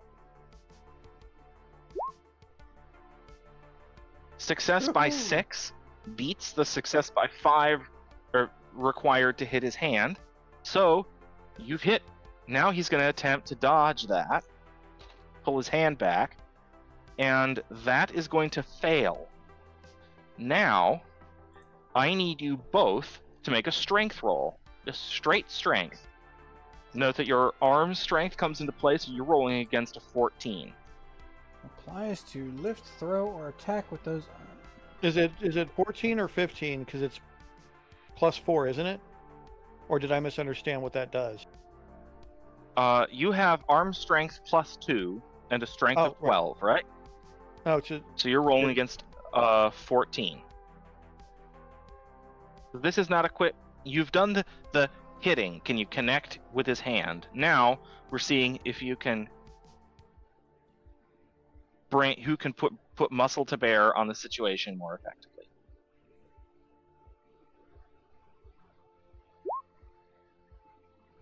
Success by 0. He has a fail by 3. So you are successful. You have grabbed the gun away from him. Cool. I have the gun in my hand? You do. You will need a ready action. Yeah. Now, you can punch him with it and use it as a fist. If you want to shoot him with it, you'll have to use a ready action, because you're currently holding it, like, gripped around the barrel, kind of a deal. Yeah, you're not holding it in a way that you can shoot it. But it's in your hand, not his. Yeah. So as my ready action, I'm just effectively like. Your ready action would be on a future turn. Like pointing it at his face. Yeah, basically you're just kind of taking your other hand, you're grabbing it with the other hand, turning it around, and you have to, and putting your hand onto the grip the way you hold a gun. Yeah. Instead of a banana. Yeah. Because right now you're kind of holding it like a banana. Right. So yeah, I'll end the ready action with the weapon. No. Like you don't get to take 2 actions on a turn. You're done. Oh, okay. I have to take your a ready action on my next turn. I understand. Right. Your action this turn was to attack him, then disarm him. Next turn, you can ready the gun, or you can just punch, whatever you choose. However, they get to act. They take a look at how this situation is shaping up and decide they're not having it. And so they run. No, not again. Towards you. It's happening again. Actually, this guy doesn't run that way. I was gonna say, like. Look at that. Easy target. I'm gonna have to start going for some leg shots.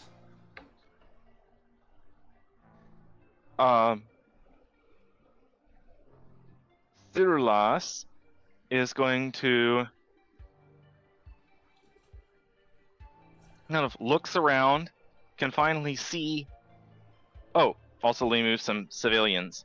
Move. Have the opportunity to move.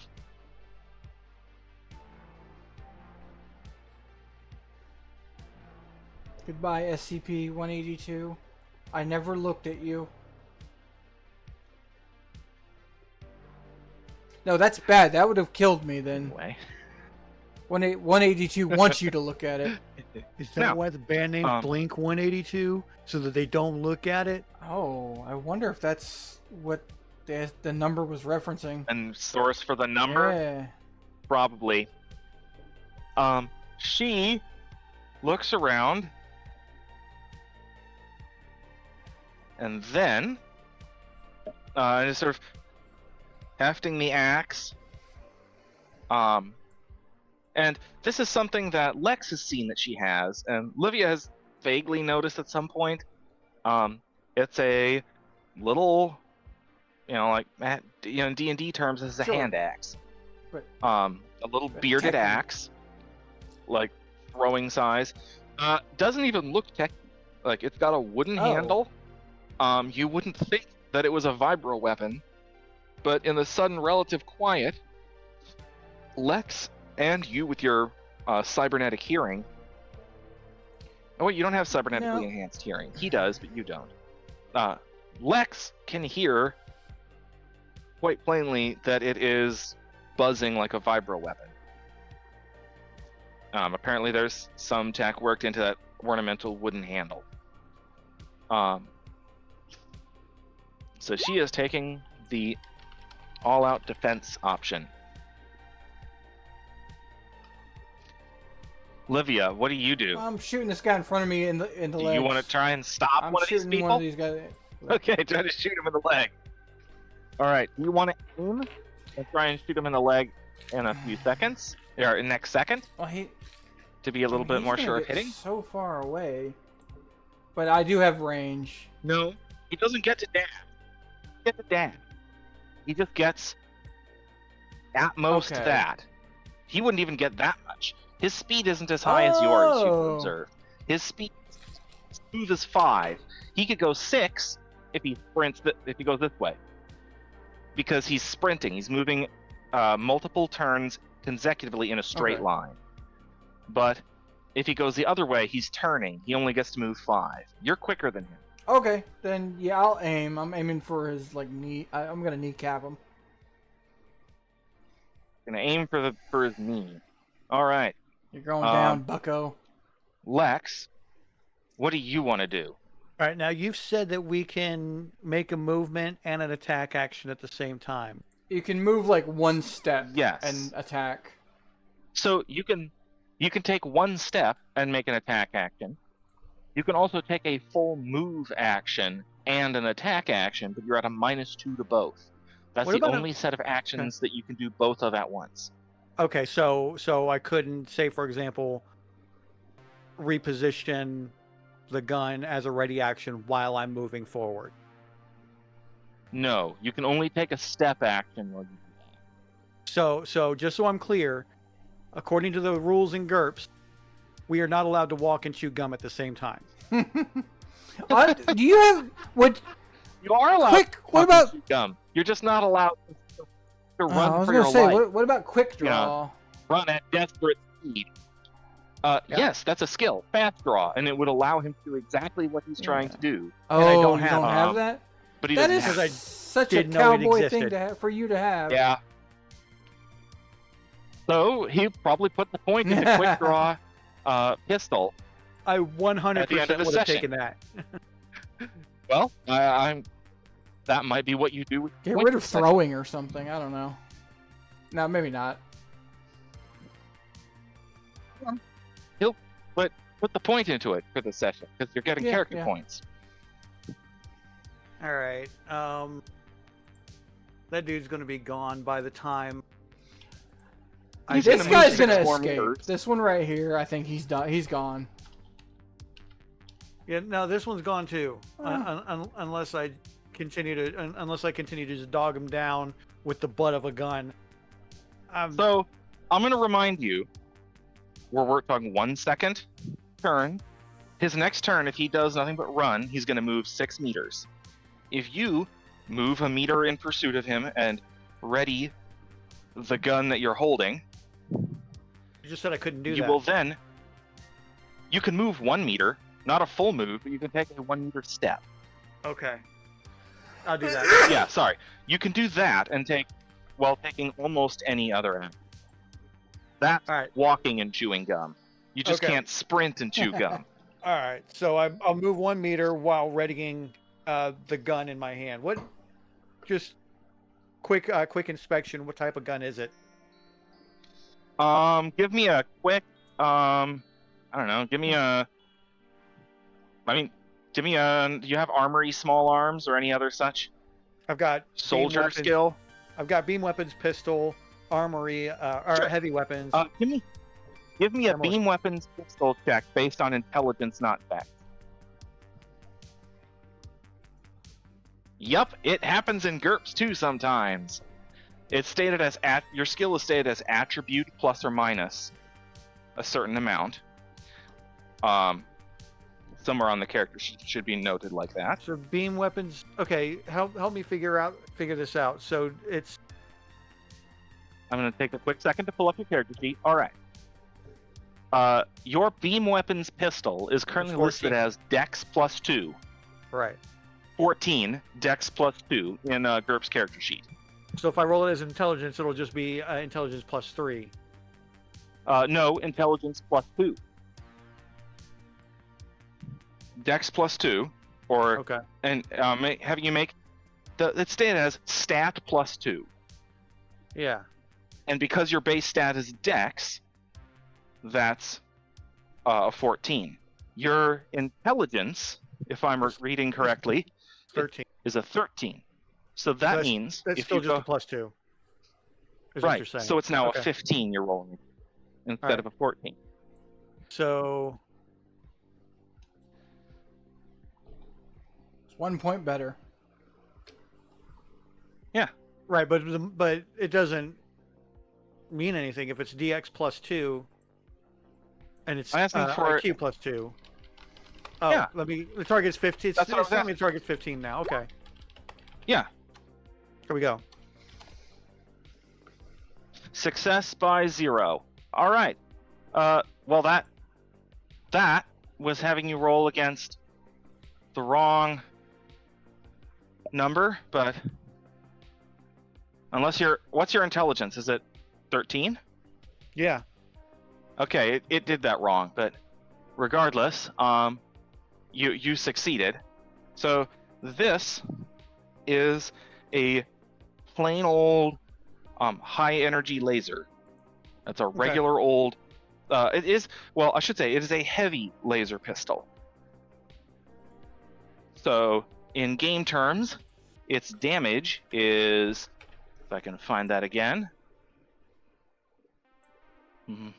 Come on, PDF viewer.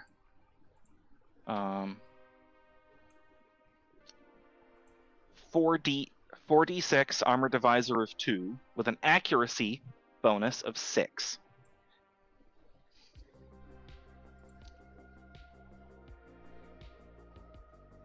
Heavy laser. One more time, please. It's a heavy laser pistol.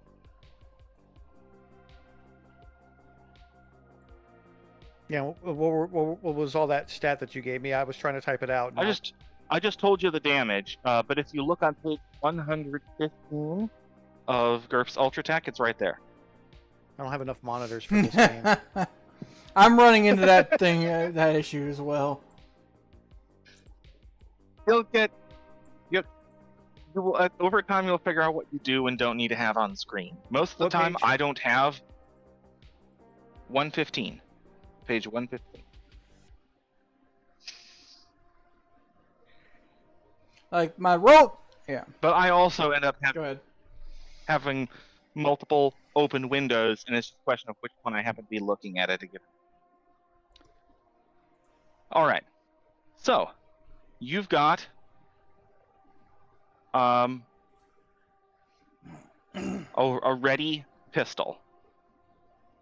Now it's their turn. Come back, cowards. 1, 2, 3, 4, 5, 6. 1, 2, 3, 4, 5, 6. 1, 2, 3, 4, 5, 6. They are all three able to count as sprinting, moving, starting their turn and ending their turn, moving in that same running direction, doing nothing else. So, right.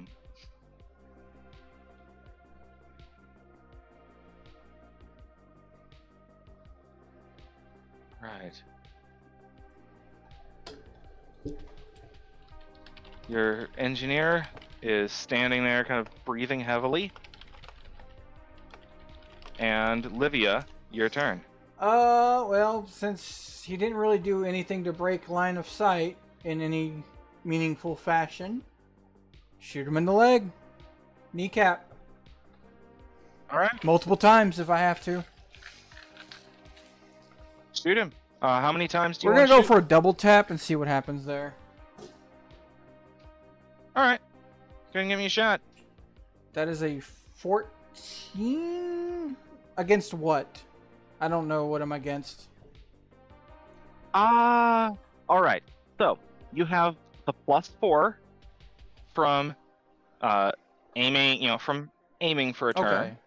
And then if you go up to the humanoid, the table mark humanoid, roll location DR, the hit locations for you are the same as for them.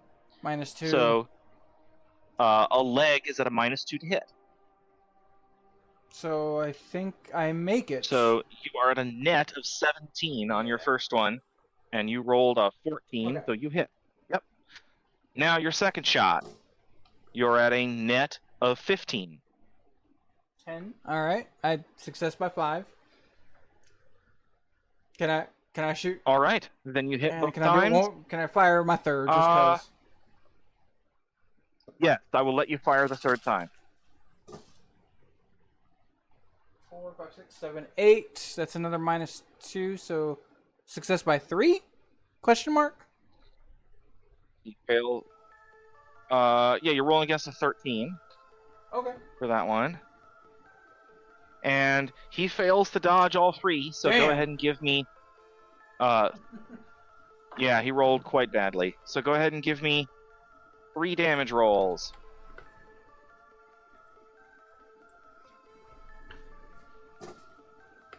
4, 5, 6, 7, 8, 9 for the first one. All right. He has no effective armor on his legs. His pants are not armored, so he takes 5 damage from that. Yep. It's 8 on the other one. So, yeah. All right. He takes 4 from that, effectively. Go ahead. Oh, there we go. That's better. 6. Oh, 2 6s. So that's 16. Yep. 16. All right. So you have built more than his hit point his hit point total. His max hit his hit point total to a single limb. So you have crippled that limb. Bitch. He Crippled or blew it clean off? Probably crippled. just crippled. With a small piercing weapon, it would require extreme amounts of damage to blow it off. Now, if that had been like a plasma weapon or a high caliber gun of some sort, that'd be another story. But gas weapons projectiles are small, so that hit, and he staggers and drops to the ground. Let me go ahead and mark the damage to him. Now he's only going to be able to take up to his hit point max from that actual attack because they crippled the limb, and you can't kill him by shooting him repeatedly in the leg. Blood loss. I get it, though. I understand. Yeah. Not going for the kill yet. All right. So he does have to, however, roll to see if he retains consciousness as well. He does not. He falls Perfect. unconscious. Your ass is grass, buddy.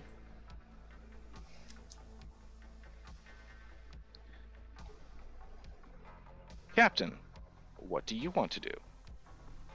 So, if I understand correctly, much like taking the ready action while moving 1 meter, I can move 1 meter and fire the weapon without any penalties. That is correct. All right, I'm gonna start dogging this guy down. All right. Now, this would be the first time I'm firing a weapon, Yes. so you're gonna have to walk You me are- through this. Sure. So first of all, this weapon has a slightly different feature than the weapon That's on the floor. your companion is shooting. Yours has a rate of fire of 10. Oh, shit. Yeah. That is because it has a rate of fire of greater than 5 or greater. It is to be treated as a fully automatic weapon. I see. This means that if you wish, you can either fire a certain number of discrete shots, or you can fire a burst of a certain length and say, I want to fire a 3-round or a 6-round or a 10-round burst. If you choose to fire fully automatic, you'll roll once, and then we'll do some subtraction to figure out how many times you hit. And then he will also, if he's able to, make one active defense roll, and based on this, and based on by how much he succeeds his roll, he will evade some number of shots.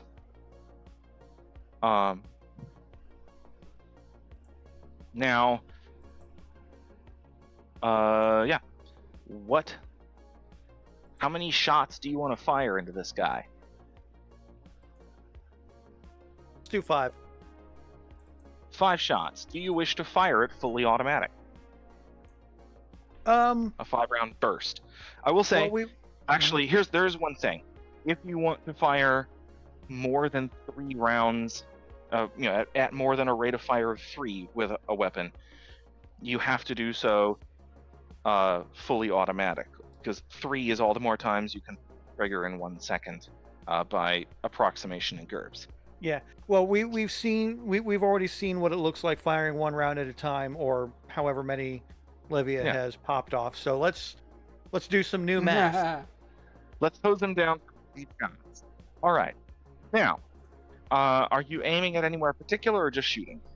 No, just firing. I'm dogging them down. Great. All right. You at the range you are at, I'm going to apply a -1 penalty for distance. Okay. Then just go ahead and give me a roll. Right. You're rolling against your beam weapons pistol skill at a -1.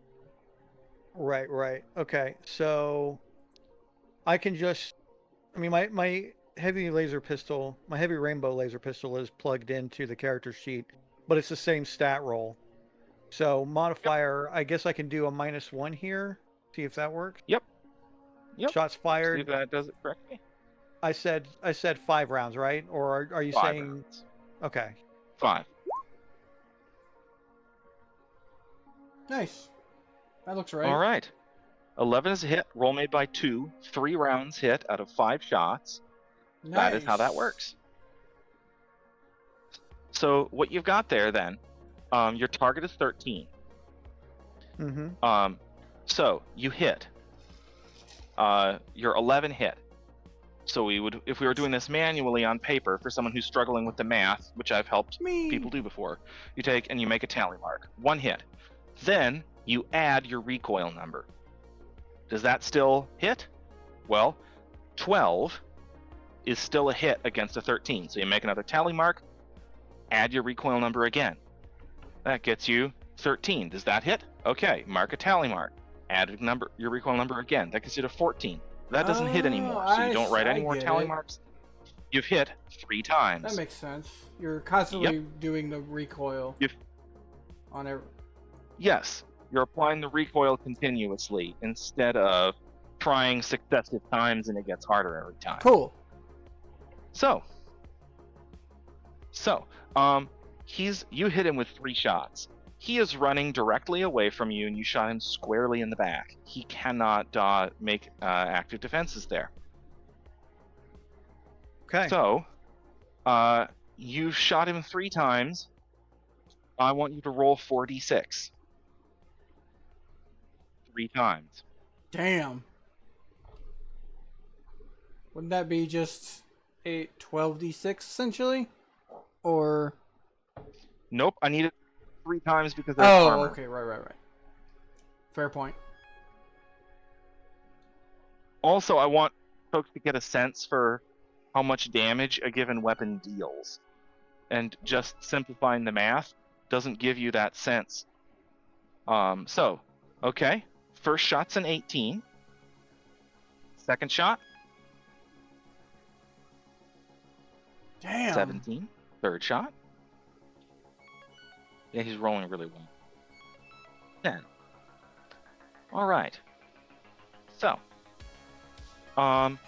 he has armor that has a damage resistance of 4 against energy weapons. However, this laser has an armor divisor of 2. Yeah. So that 4 is divided by 2. He has effectively a damage resistance of 2. So he takes 16 points of damage. Then 15 points of damage. Then 8. Yep. Then 8. We'll take 39 points of damage. Now, based on his health, he's going to have to roll twice to see if he stays alive. He succeeds the first one. He succeeds the second one. Now, at the end of that, does he remain conscious? He does not remain conscious. He is also unconscious. Sweet. On their turns, people who are unconscious get an attempt to recover. And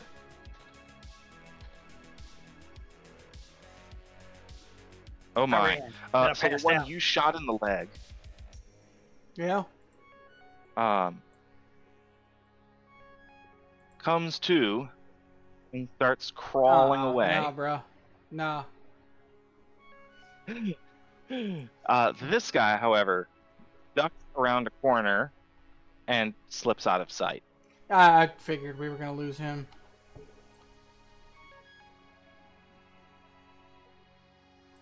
And then Cyrulas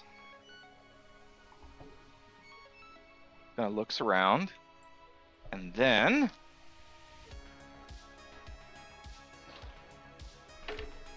oh dear. Okay. Let me take a moment to look up a mechanic for what happens. Scale by 3. Then add 6. And now I go in here. I haven't had someone with this trait in a while, so it takes me just a second. I have to look up the fright check table.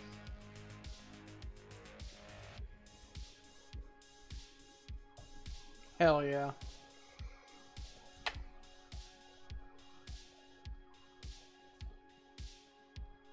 Page 360.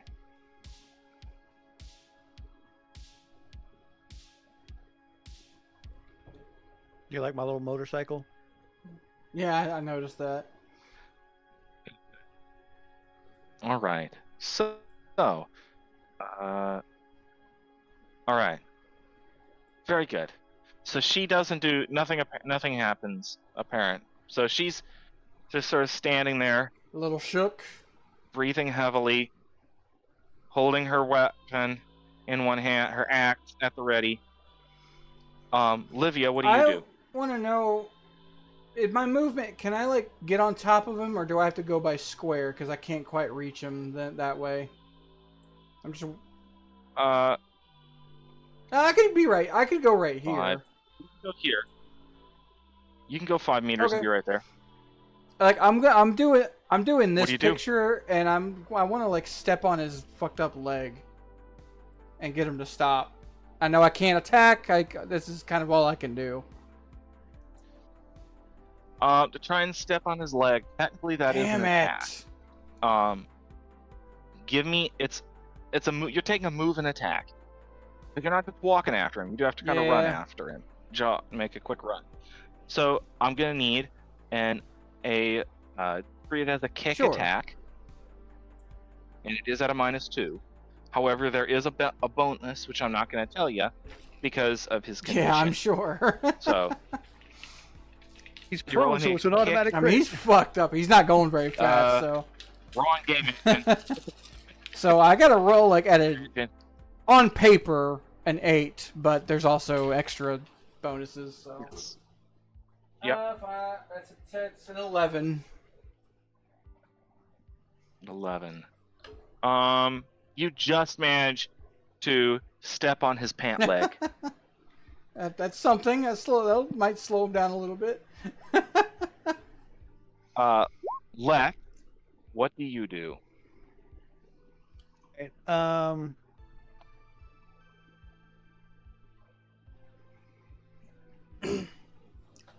scooping up my gun off the ground is going to be an action, right?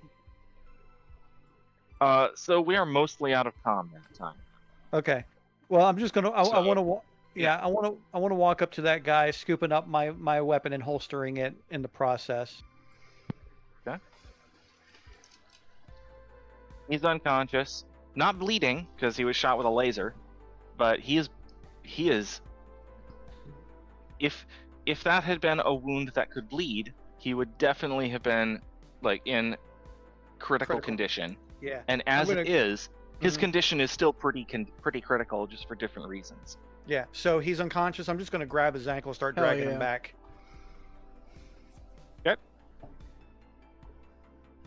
So you're dragging him. You need a strength check or anything.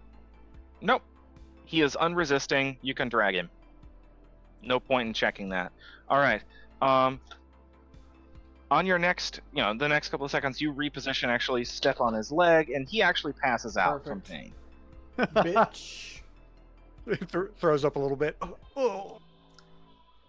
You did kind of shatter his kneecap from Correct. behind, which God, just thinking about Is a that lot. makes me nauseous. It's making Right. me queasy just thinking about it. Yeah. So, first thing I want to point out, this took less than one turn of D&D time. Combat in GURPS is a lot more like, especially Calculus. that too, but especially combat with guns in GURPS is much more like real combat in that it can be over and done in a tiny amount of very intense action.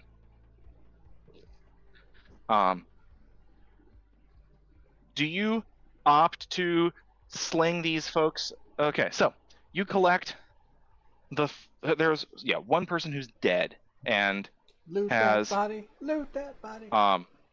brain matter. Well, so here's the question. I'm going to remind you, you are not you are not questionably legal outlaws, or adventurers in a D&D town. True. You're in a semi-modern sort of city. Granted, guys were just clearly like attacking, assaulting your companion with potentially murderous intent. That said, you killed one person and came very close to killing 2 other people. And as of yet, you don't have any proof that these folks were involved with the person you're after Well, to give you any sort of legal shelter for what you did. I want to find that out. What? Right. So what I'm going to suggest, what occurs to Lex in particular is that A, it would have been nice if the first guy had not been shot in the head, shooting him somewhere like an arm or a leg that would not kill him, except that would make it difficult to kill him, but easy to incapacitate him would have been preferable as long as you were taking the time. However, in this situation, your sequence of actions needs to be to collect the bodies, get them off the street, and get them back to your ship as inconspicuously as possible, and essentially try and not count on the fact that this place doesn't seem to have terribly sophisticated like surveillance. surveillance I everything. I happen to disagree. I think we do have a leg to stand on. This guy doesn't. But I also, well, it depends on local laws about self-defense and what legal I've to got a do in weird self-defense, or especially when it's questionable whether it's technically defense of yourself or defense of someone. I got a quick thing. It becomes at least a matter that would have to put you essentially in front of a court, and you'd really rather not be stuck doing legal defense of one of your party members and hiring a lawyer when you could just get on with your job. Yeah. And so for the moment, it That I behooves do you agree to with. collect these people in the name of collecting Yes. evidence for your case, if you have to come up with a quick excuse, and hope to not have to Quick explain thing, it to anybody. May I? Let me give you a little preamble. Take like 3 seconds to think about it, but this is like a yes or no question. In the 3 days of me trying to like make any kind of like context or stuff, I think it was. Did you ever watch Better Call Saul? I have not seen anything more than like little YouTube shorts excerpts from Better Call Saul. There's a side character, Mike Ehrmantraut, and he was in Breaking Bad as well. I know He Mike is a Ehrmantraut. fixer. That's a great example of the kind of work that Livia has done. Yeah. He's a fixer. And he's the in Better fixer Call for- Saul, I can't remember his name. so Yeah, Giancarlo Esposito. yeah, him and in Better Call Saul takes place like a few years before the Breaking Bad series, and he meets up with Mike Ehrmantraut. Mike Ehrmantraut has this like, he goes to a vet to help him like clean his own wounds and stuff, because it's like he's an underground contact that not only can fix wounds but also has like jobs. 1 second. Okay. Oh, Listen. he has like minor jobs that he gives Mike, like Here you go. giving him like kneecap and like bouncer type jobs, like protection rackets and stuff. In the 3 days that Livia has been kind of trying to figure this very thing out, has she met anyone like that she could bring these 3 people to, like just dive into a veteran clinic and just kind of interrogate? A street doc of some sort. Say again? What you're talking about. That person happened. A street doc is what you're. No, not even a street doc. Just like a middleman of some so sort. No, you've not. Yeah, you have not had any success yet, and that was because your True. rolls on that sort of skill were very bad last time. So you've got. Now we're gonna start to wrap up the session. Okay. We're gonna do a little bit of wind down, and then I have to go to take care of something. So we have a few minutes. Actually, what we're gonna do is give me like a minute and a half, and then I'll be right back. And then we can actually take a little more time. I just got to relocate something to here instead of we can where do it's some taking up above table space. convening. So one second. Fine. Well, there's also a little bit of RP that needs to happen now. Because you're not all out of the street yet. You haven't actually resolved everything descriptively. Plus, there'll be a little bit of rolling to see how sneakily you manage to get these bodies back to your ship. So, be back in a moment. All right, well, he's kind of outlined what we're going to be doing anyway. So, I had a thought, but if that's just what we're going to do, then that's what we're going to do. What was your thought? I mean... Get him to a dock? Yeah. That's not going to happen. My concern is getting... a sub-thought, but go ahead. There's 3 of us. There's 3 bodies. Well, there's 1 body and 2 unconscious people. But Siru looks like she's a little bit shook, so I don't think that she's going to be particularly helpful with the cleanup. You have super arms. Yeah, that's what I'm saying. I could carry 2 bodies, but I don't know how. Here's the that ties into the thought that popped in my head. I am the resident stealth operative. I'm wondering if I could just guide you and help you, like come this way, down this street. Okay. Like look out for like cameras and shit like that. So, if I may, you have at your disposal currently. So you have 2 unconscious prisoners and 1 corpse. You can get. You also have the bike to work with a bit, and you have about 1.5 miles to cover. How do you want to try and do this? So I am the resident stealth operative, so I'm just wondering if I have an expertise to help guide Lex through a cityscape. He's got super arms. We can throw somebody on the bike. He can ride it. I can like do some guidance. I don't know. Sure. Escort our shook Siru around. So does someone have scrounging? Oh dear God. Someone have I scrounging? don't think so. Actually, let me look. I think when we built Dib, I think I put scrounging up there, but not. I have search. I don't think it made it on. Yeah. Yeah, I've got search How as about well. you? All right. So you guys hatched up a plan has sort of occurred to you. In terms of what you want to do, like try and pile stuff on the bike as inconspicuously as you can figure out how. Well, and then have Livia guide from the rooftops while Lex tries to make a quick shot back. Yeah. Do you have a different plan, Lex?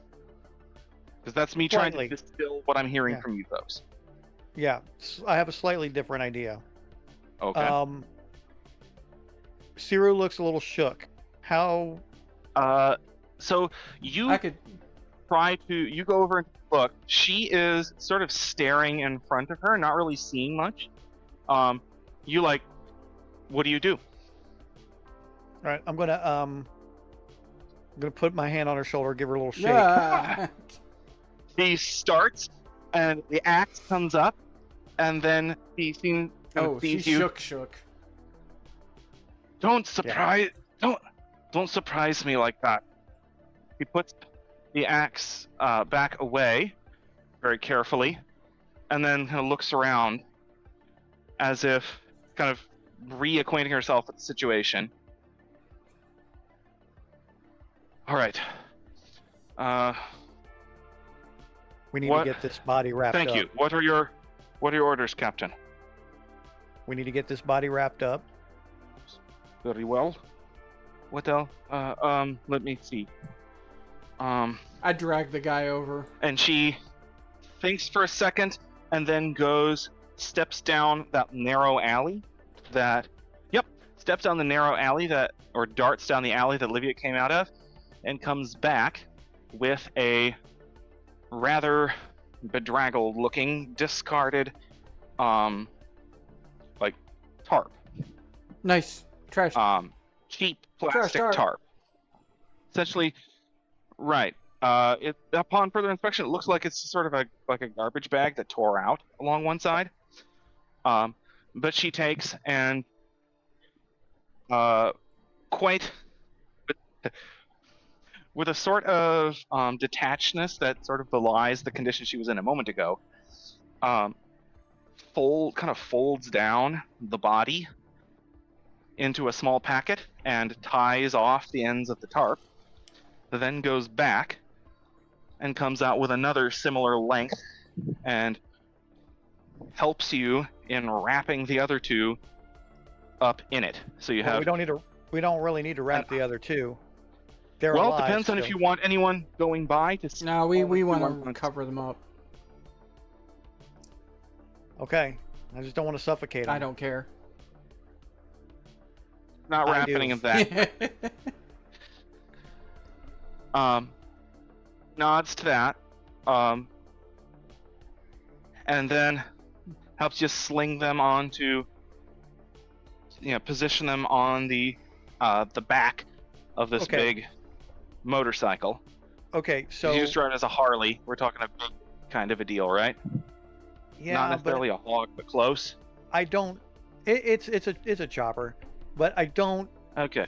I don't necessarily know that we can do that inconspicuously. Is my problem. I could take the corpse with me on the rooftops. Right. In theory. Sure. He's not resisting, so fuck him. I could leave him on a rooftop, like cover in some roof rocks, like whatever. So what I was trying to get at is I've got cuff tape. Okay. I can bind and gag them, the two living ones, and I think I might be strong enough to just basically drag them through the alleyways for 1.5 miles, while Siru drives the bike back to the ship. Oh yeah, that could also work. Sure, and then it's Siru, Lost, and Livia trying to guide you how to get there without being spotted. Yeah, I'll help him navigate the surveillance cameras and be like. And you're taking the corpse, and do you want to take the corpse back with you, or just dump it on a roof somewhere? What do you think, Lex? I'm okay with just leaving him on a roof. It'll take weeks for them to find him. Yeah, leave him on a roof somewhere away from the actual. Yeah, I'm with you. Scene of the crime. Few blocks down. Yeah, I can do that. They'll be able. They're eventually going to be able to connect the corpse to the scene, but it'll take them a little bit of time the further away it is. I want a stealth check from both of you. Oh boy, that's high. No, that ain't great. That's not good. That's not good. I do not have stealth. Yes, I do. Oof, I have failed by 4. Woo! All right. Great. Very good. You don't notice any implications of that, however. And we have a success by 2 from Lex. Next, I need a. Do you have the holdout skill, Livia? Give me a holdout roll. It's not ideal, but hiding a body is the closest related skill you don't have. Fuck me. Okay, good. Success by 2. Okay. Then, I need an observation check from you. Oh no. Because remember, you're trying to scout and give directions for his route to avoid trouble on the way back. 7, 8, 9. A success by 3. All right. Between those rolls, it takes a couple of hours of careful work. It's quite late at night, and ultimately the darkness ends up being a big part of letting you get this finished and actually get into the hangar, into the field where your ship is at. Right, but it's under cover of darkness from everyone else's perspective, you dingbat. Oh, right. You get back to the ship. Prisoners who are starting to come around. You are able to bring them on board, and for the moment, deposit them in cells until you can have a chance to get their condition, get them looked after. I have first aid. Yep. We're going to pick up next week with looking at condition of your prisoners and any potential interrogation that may be upcoming. Yes.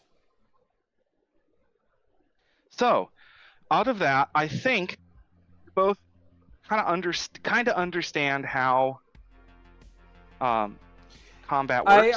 I've got the action economy. It's the damage reduction math bits that I still need some practice with. I don't quite comprehend That's okay. why. You're dealing with a high enough.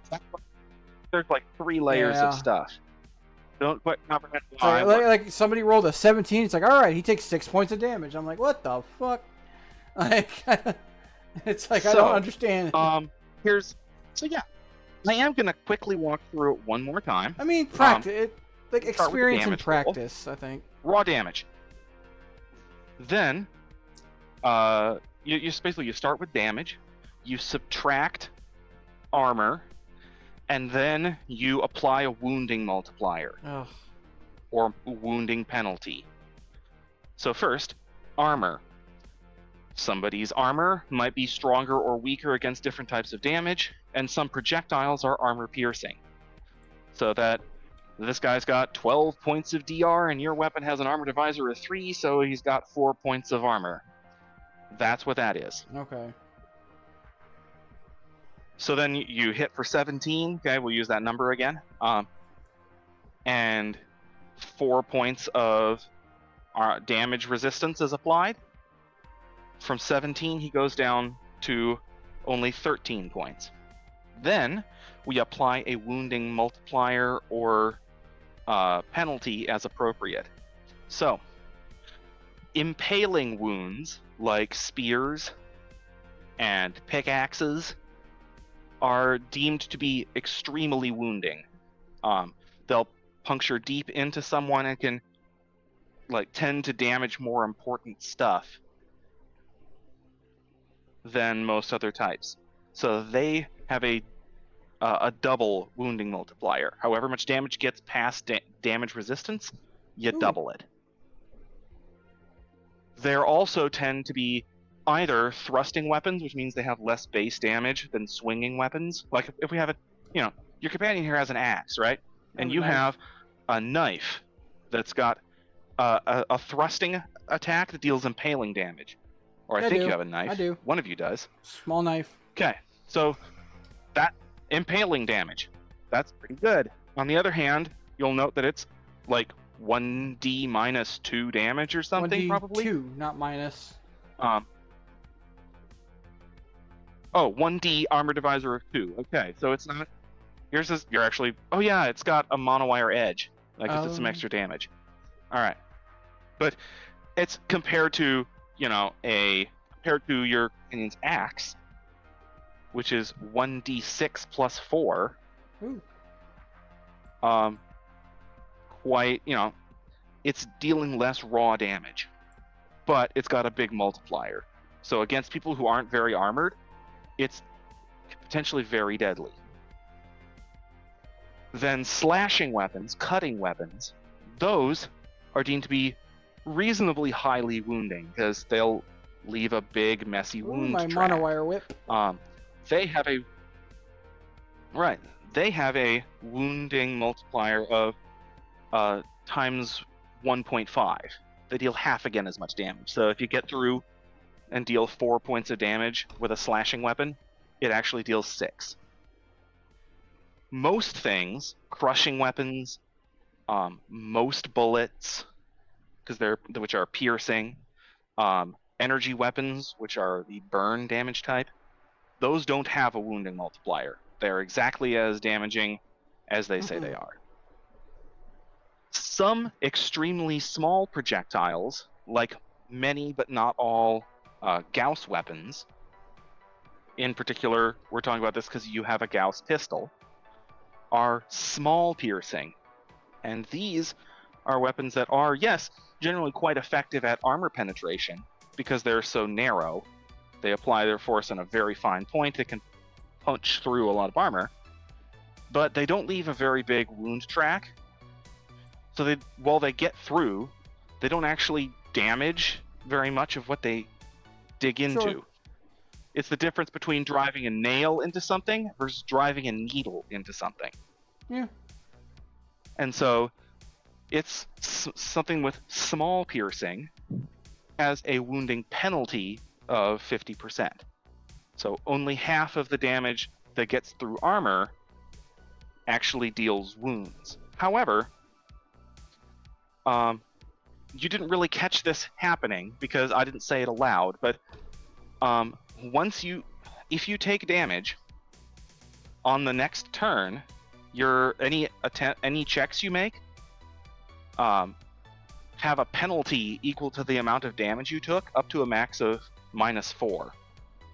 So even just wounding someone decisively can really turn the tide in a fight. There was a couple of turns there where Cyrulos was holding her own against multiple people just because she was managing to get a wound in on at least one of them every turn. So once she did that, the next person was really struggling to be effective for the following turn, so she could sort of ignore them and focus on the next person. That's a mechanic that doesn't exist in D&D because it's not trying to be, because that doesn't fit the high fantasy. So it's strategically model, but it fits viable to like switch targets every now and then. Like, it is very strategically viable. Interesting. Yep. Moreover, people who wind up very low on hit points are also just generally going to be struggling to do things like remain conscious or be fully effective, like move as far as they normally could, that kind of thing. So unlike D&D, where the only hit point that really matters is the last one, in GURPS, every hit point actually does matter. Yeah. So, yeah, splitting your fire and wounding people. And again, I'll note, your gun has the potential to wound people without overkilling terribly easily. So, assuming you don't go for the head, like you can do things like you did where, Whoops. you can get through somebody's armor, even armor that's relatively strong against bullet, and damage, like eventually take out a limb in just a couple of shots. And when your job is being a bounty hunter, yeah, it's more destructive to do it that way than to just knock someone out with an electrolaser or a taser or, I don't know, incapacitating gas or something. But it does work. And it's a gun that you can also then use to kill people if you need to. Yeah. So basically that's what you got. Yeah, there are more dice rolls, more math that goes on in resolving one attack in GURPS than there is in D&D. However, it usually takes a lot fewer attacks to finish a fight. And as you guys saw, trying to take a little bit of cover or be heavily armored enough that compared to the threat your enemy poses, you kind of don't need cover, and then take a turn to aim allows you to achieve some pretty scary things. Yeah, I think I'm going to get a little braver at whereas- like prepping actions now because my enemies can only do like one little bitty thing too. So That's correct. Yes. Yeah. And GURPS is designed with the notion that things you do on one turn are going to carry over to the next turn, where the aim maneuver in D&D for your rogue, your bonus action aim, doesn't carry over to the next turn. You have to use it the same turn you get it. So you've got a lot more ability in GURPS to try and adapt to a changing situation, and also try to prepare for things. It's trying to be more simulationist. yeah, I had fun. if you think tactically, it's a different kind of thinking tactically, but it's just thinking tactically, and hopefully I'm able to spell out what the math needs to be. So yeah, that was what it was. I will note above the table that that weapon that Cyrilos Son was using, her axe, is radically less damaging than her primary weapon. Her primary weapon is a full military service weapon. It does. Oh, let me pull up her character sheet, and you have a sense of how much 4D armor divisor 2 and 3D armor divisor 3 damage can actually be. Okay, that thing is 5D plus 3 armor divisor 3, and it has a rate of fire of 2 close cycle, like fast cycle 3-round bursts. So like firing two 3-round bursts that are like super fast cyclic rate. So or fully automatic fire at 5 rate of fire of 5. That is a military weapon, and against an unarmed target, it is going to deal an average of 20 damage every turn. Damn. Which is to say, an average hit will kill an average unarmored individual in a single round. Against an armored target, odds improve somewhat, or the survival odds improve somewhat, but it's competitive with body armor out to the level that you folks are equipped with. So, you guys were fighting today with small arms, unarmed attacks and weapons, and like personal melee weapons. And a lot of combat will be like that. But sometimes you will find yourselves in situations where you're dealing with a whole different caliber of equipment. And if you're in those situations, you better hope that you planned and prepared for them or have a good way to escape. Because combat can become very deadly if you're not prepared for it. Sure. Now, before you get... So yeah, hopefully... Before you gotta bail, how many skill points did we earn this one? So I'm going to give let's see. I'm going to give...